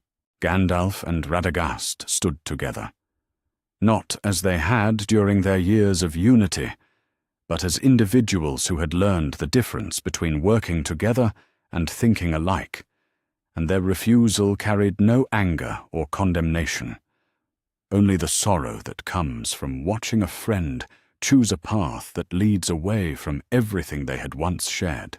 "No," Radagast said simply, his voice carrying the authority of deep earth and ancient growth. "We were sent to guide, not to rule, to inspire, not to control, to kindle hope, not to replace it with certainty. We were sent to trust in the strength and wisdom of the free peoples," Gandalf added, his staff blazing with light that held back the shadows that poured from Saruman's reconstructed artifact. To believe that given choice and consequence, given freedom and responsibility, they could learn to choose well more often than they chose poorly. Saruman's face reflected no surprise at their refusal, only the calm certainty of one who had expected this response and prepared for it long in advance. "Then you choose chaos over order, suffering over protection, the uncertainty of democracy over the efficiency of enlightened guidance. So be it. When the next crisis comes, and it will come, for crisis always comes, remember that you had the opportunity to prevent it, and chose instead to preserve the right of others to fail." He turned and walked away from the clearing, his staff leaving scorch marks on the forest floor with each step. Behind him, the thing he had created from the ring's fragments pulsed with its own dark purpose, carrying with it the promise of order, achieved through the elimination of choice, and peace, maintained through the prevention of disagreement. When his presence had faded entirely from the forest, Gandalf and Radagast stood in silence for a long time, watching the trees slowly reclaim the spaces that had recoiled from Saruman's corrupted authority. Around them, the small creatures of the wood began to emerge from hiding, their return to normalcy a reminder of what was possible when fear was allowed to pass and natural rhythms were permitted to resume. "What becomes of us now?" Radagast asked finally, his voice carrying the weight of choices made and paths chosen. "We can no longer work as we once did, unified in purpose and coordinate in action. That unity has shown itself too dangerous when tested by the temptations of absolute certainty." Gandalf smiled, and for the first time in centuries, his expression carried the lightness that had marked his earliest years in Middle-earth. "We do what we were always meant to do, but never quite learned how to accomplish. We guide without controlling, counsel without commanding, inspire without replacing the need for individual courage and wisdom. Separately, yes, but not in isolation. We can share knowledge without sharing authority, coordinate information without coordinating decisions. We can be what we should have been from the beginning, counselors and friends, not rulers and guardians." In the years that followed, Middle-earth slowly learned what it meant to choose its own path without the constant guidance of powers beyond its understanding. The transition was not without difficulty. Kingdoms accustomed to having their decisions made for them struggled with the responsibility of self-governance, and some of the choices made during those early years of independence were poor ones that led to conflicts and misunderstandings that might have been prevented by wiser counsel. But alongside the mistakes came growth, the development of wisdom through experience rather than instruction, and the emergence of strength that came from facing challenges rather than being protected from them. The Eastern peoples, no longer dependent on external protection, developed their own methods of resisting corruption and defending their freedoms. The kingdoms of the West discovered that their strength lay not in following perfect guidance, but in learning from imperfect choices. Gandalf took up residence in the borders between civilized lands and wild places, where those who sought counsel could find him, but where he could not be easily drawn into the business of making decisions for others. Radagast remained in his forest, tending to the needs of creatures that had never asked for guidance and teaching by example, rather than instruction, those few who came seeking wisdom rather than answers. And in Orthanc, Saruman worked alone with his reconstructed fragments of the ring's power, building systems of perfect order for kingdoms that existed only in his imagination, solving problems for peoples who had learned to solve their own, achieving a kind of peace that was indistinguishable from stagnation, and a kind of wisdom that had forgotten how to doubt itself. The choice of guardians had been made, and Middle-earth would learn to guard itself, whatever the cost and whatever the benefits. The age of guidance was ending, and the age of independence had begun, carrying with it all the promise and peril that came with the freedom to choose one's own fate. The unity of the Astari had saved Middle-earth once, and taught it that salvation, imposed from without, could be more dangerous than any external threat. Now the free peoples would discover what they could accomplish when trusted to find their own ways through the labyrinth of choice and consequence, growth and failure, wisdom and folly that defined the condition of being truly free. The last chapter of their story had been written, but the first chapter of Middle-earth's own story was just beginning.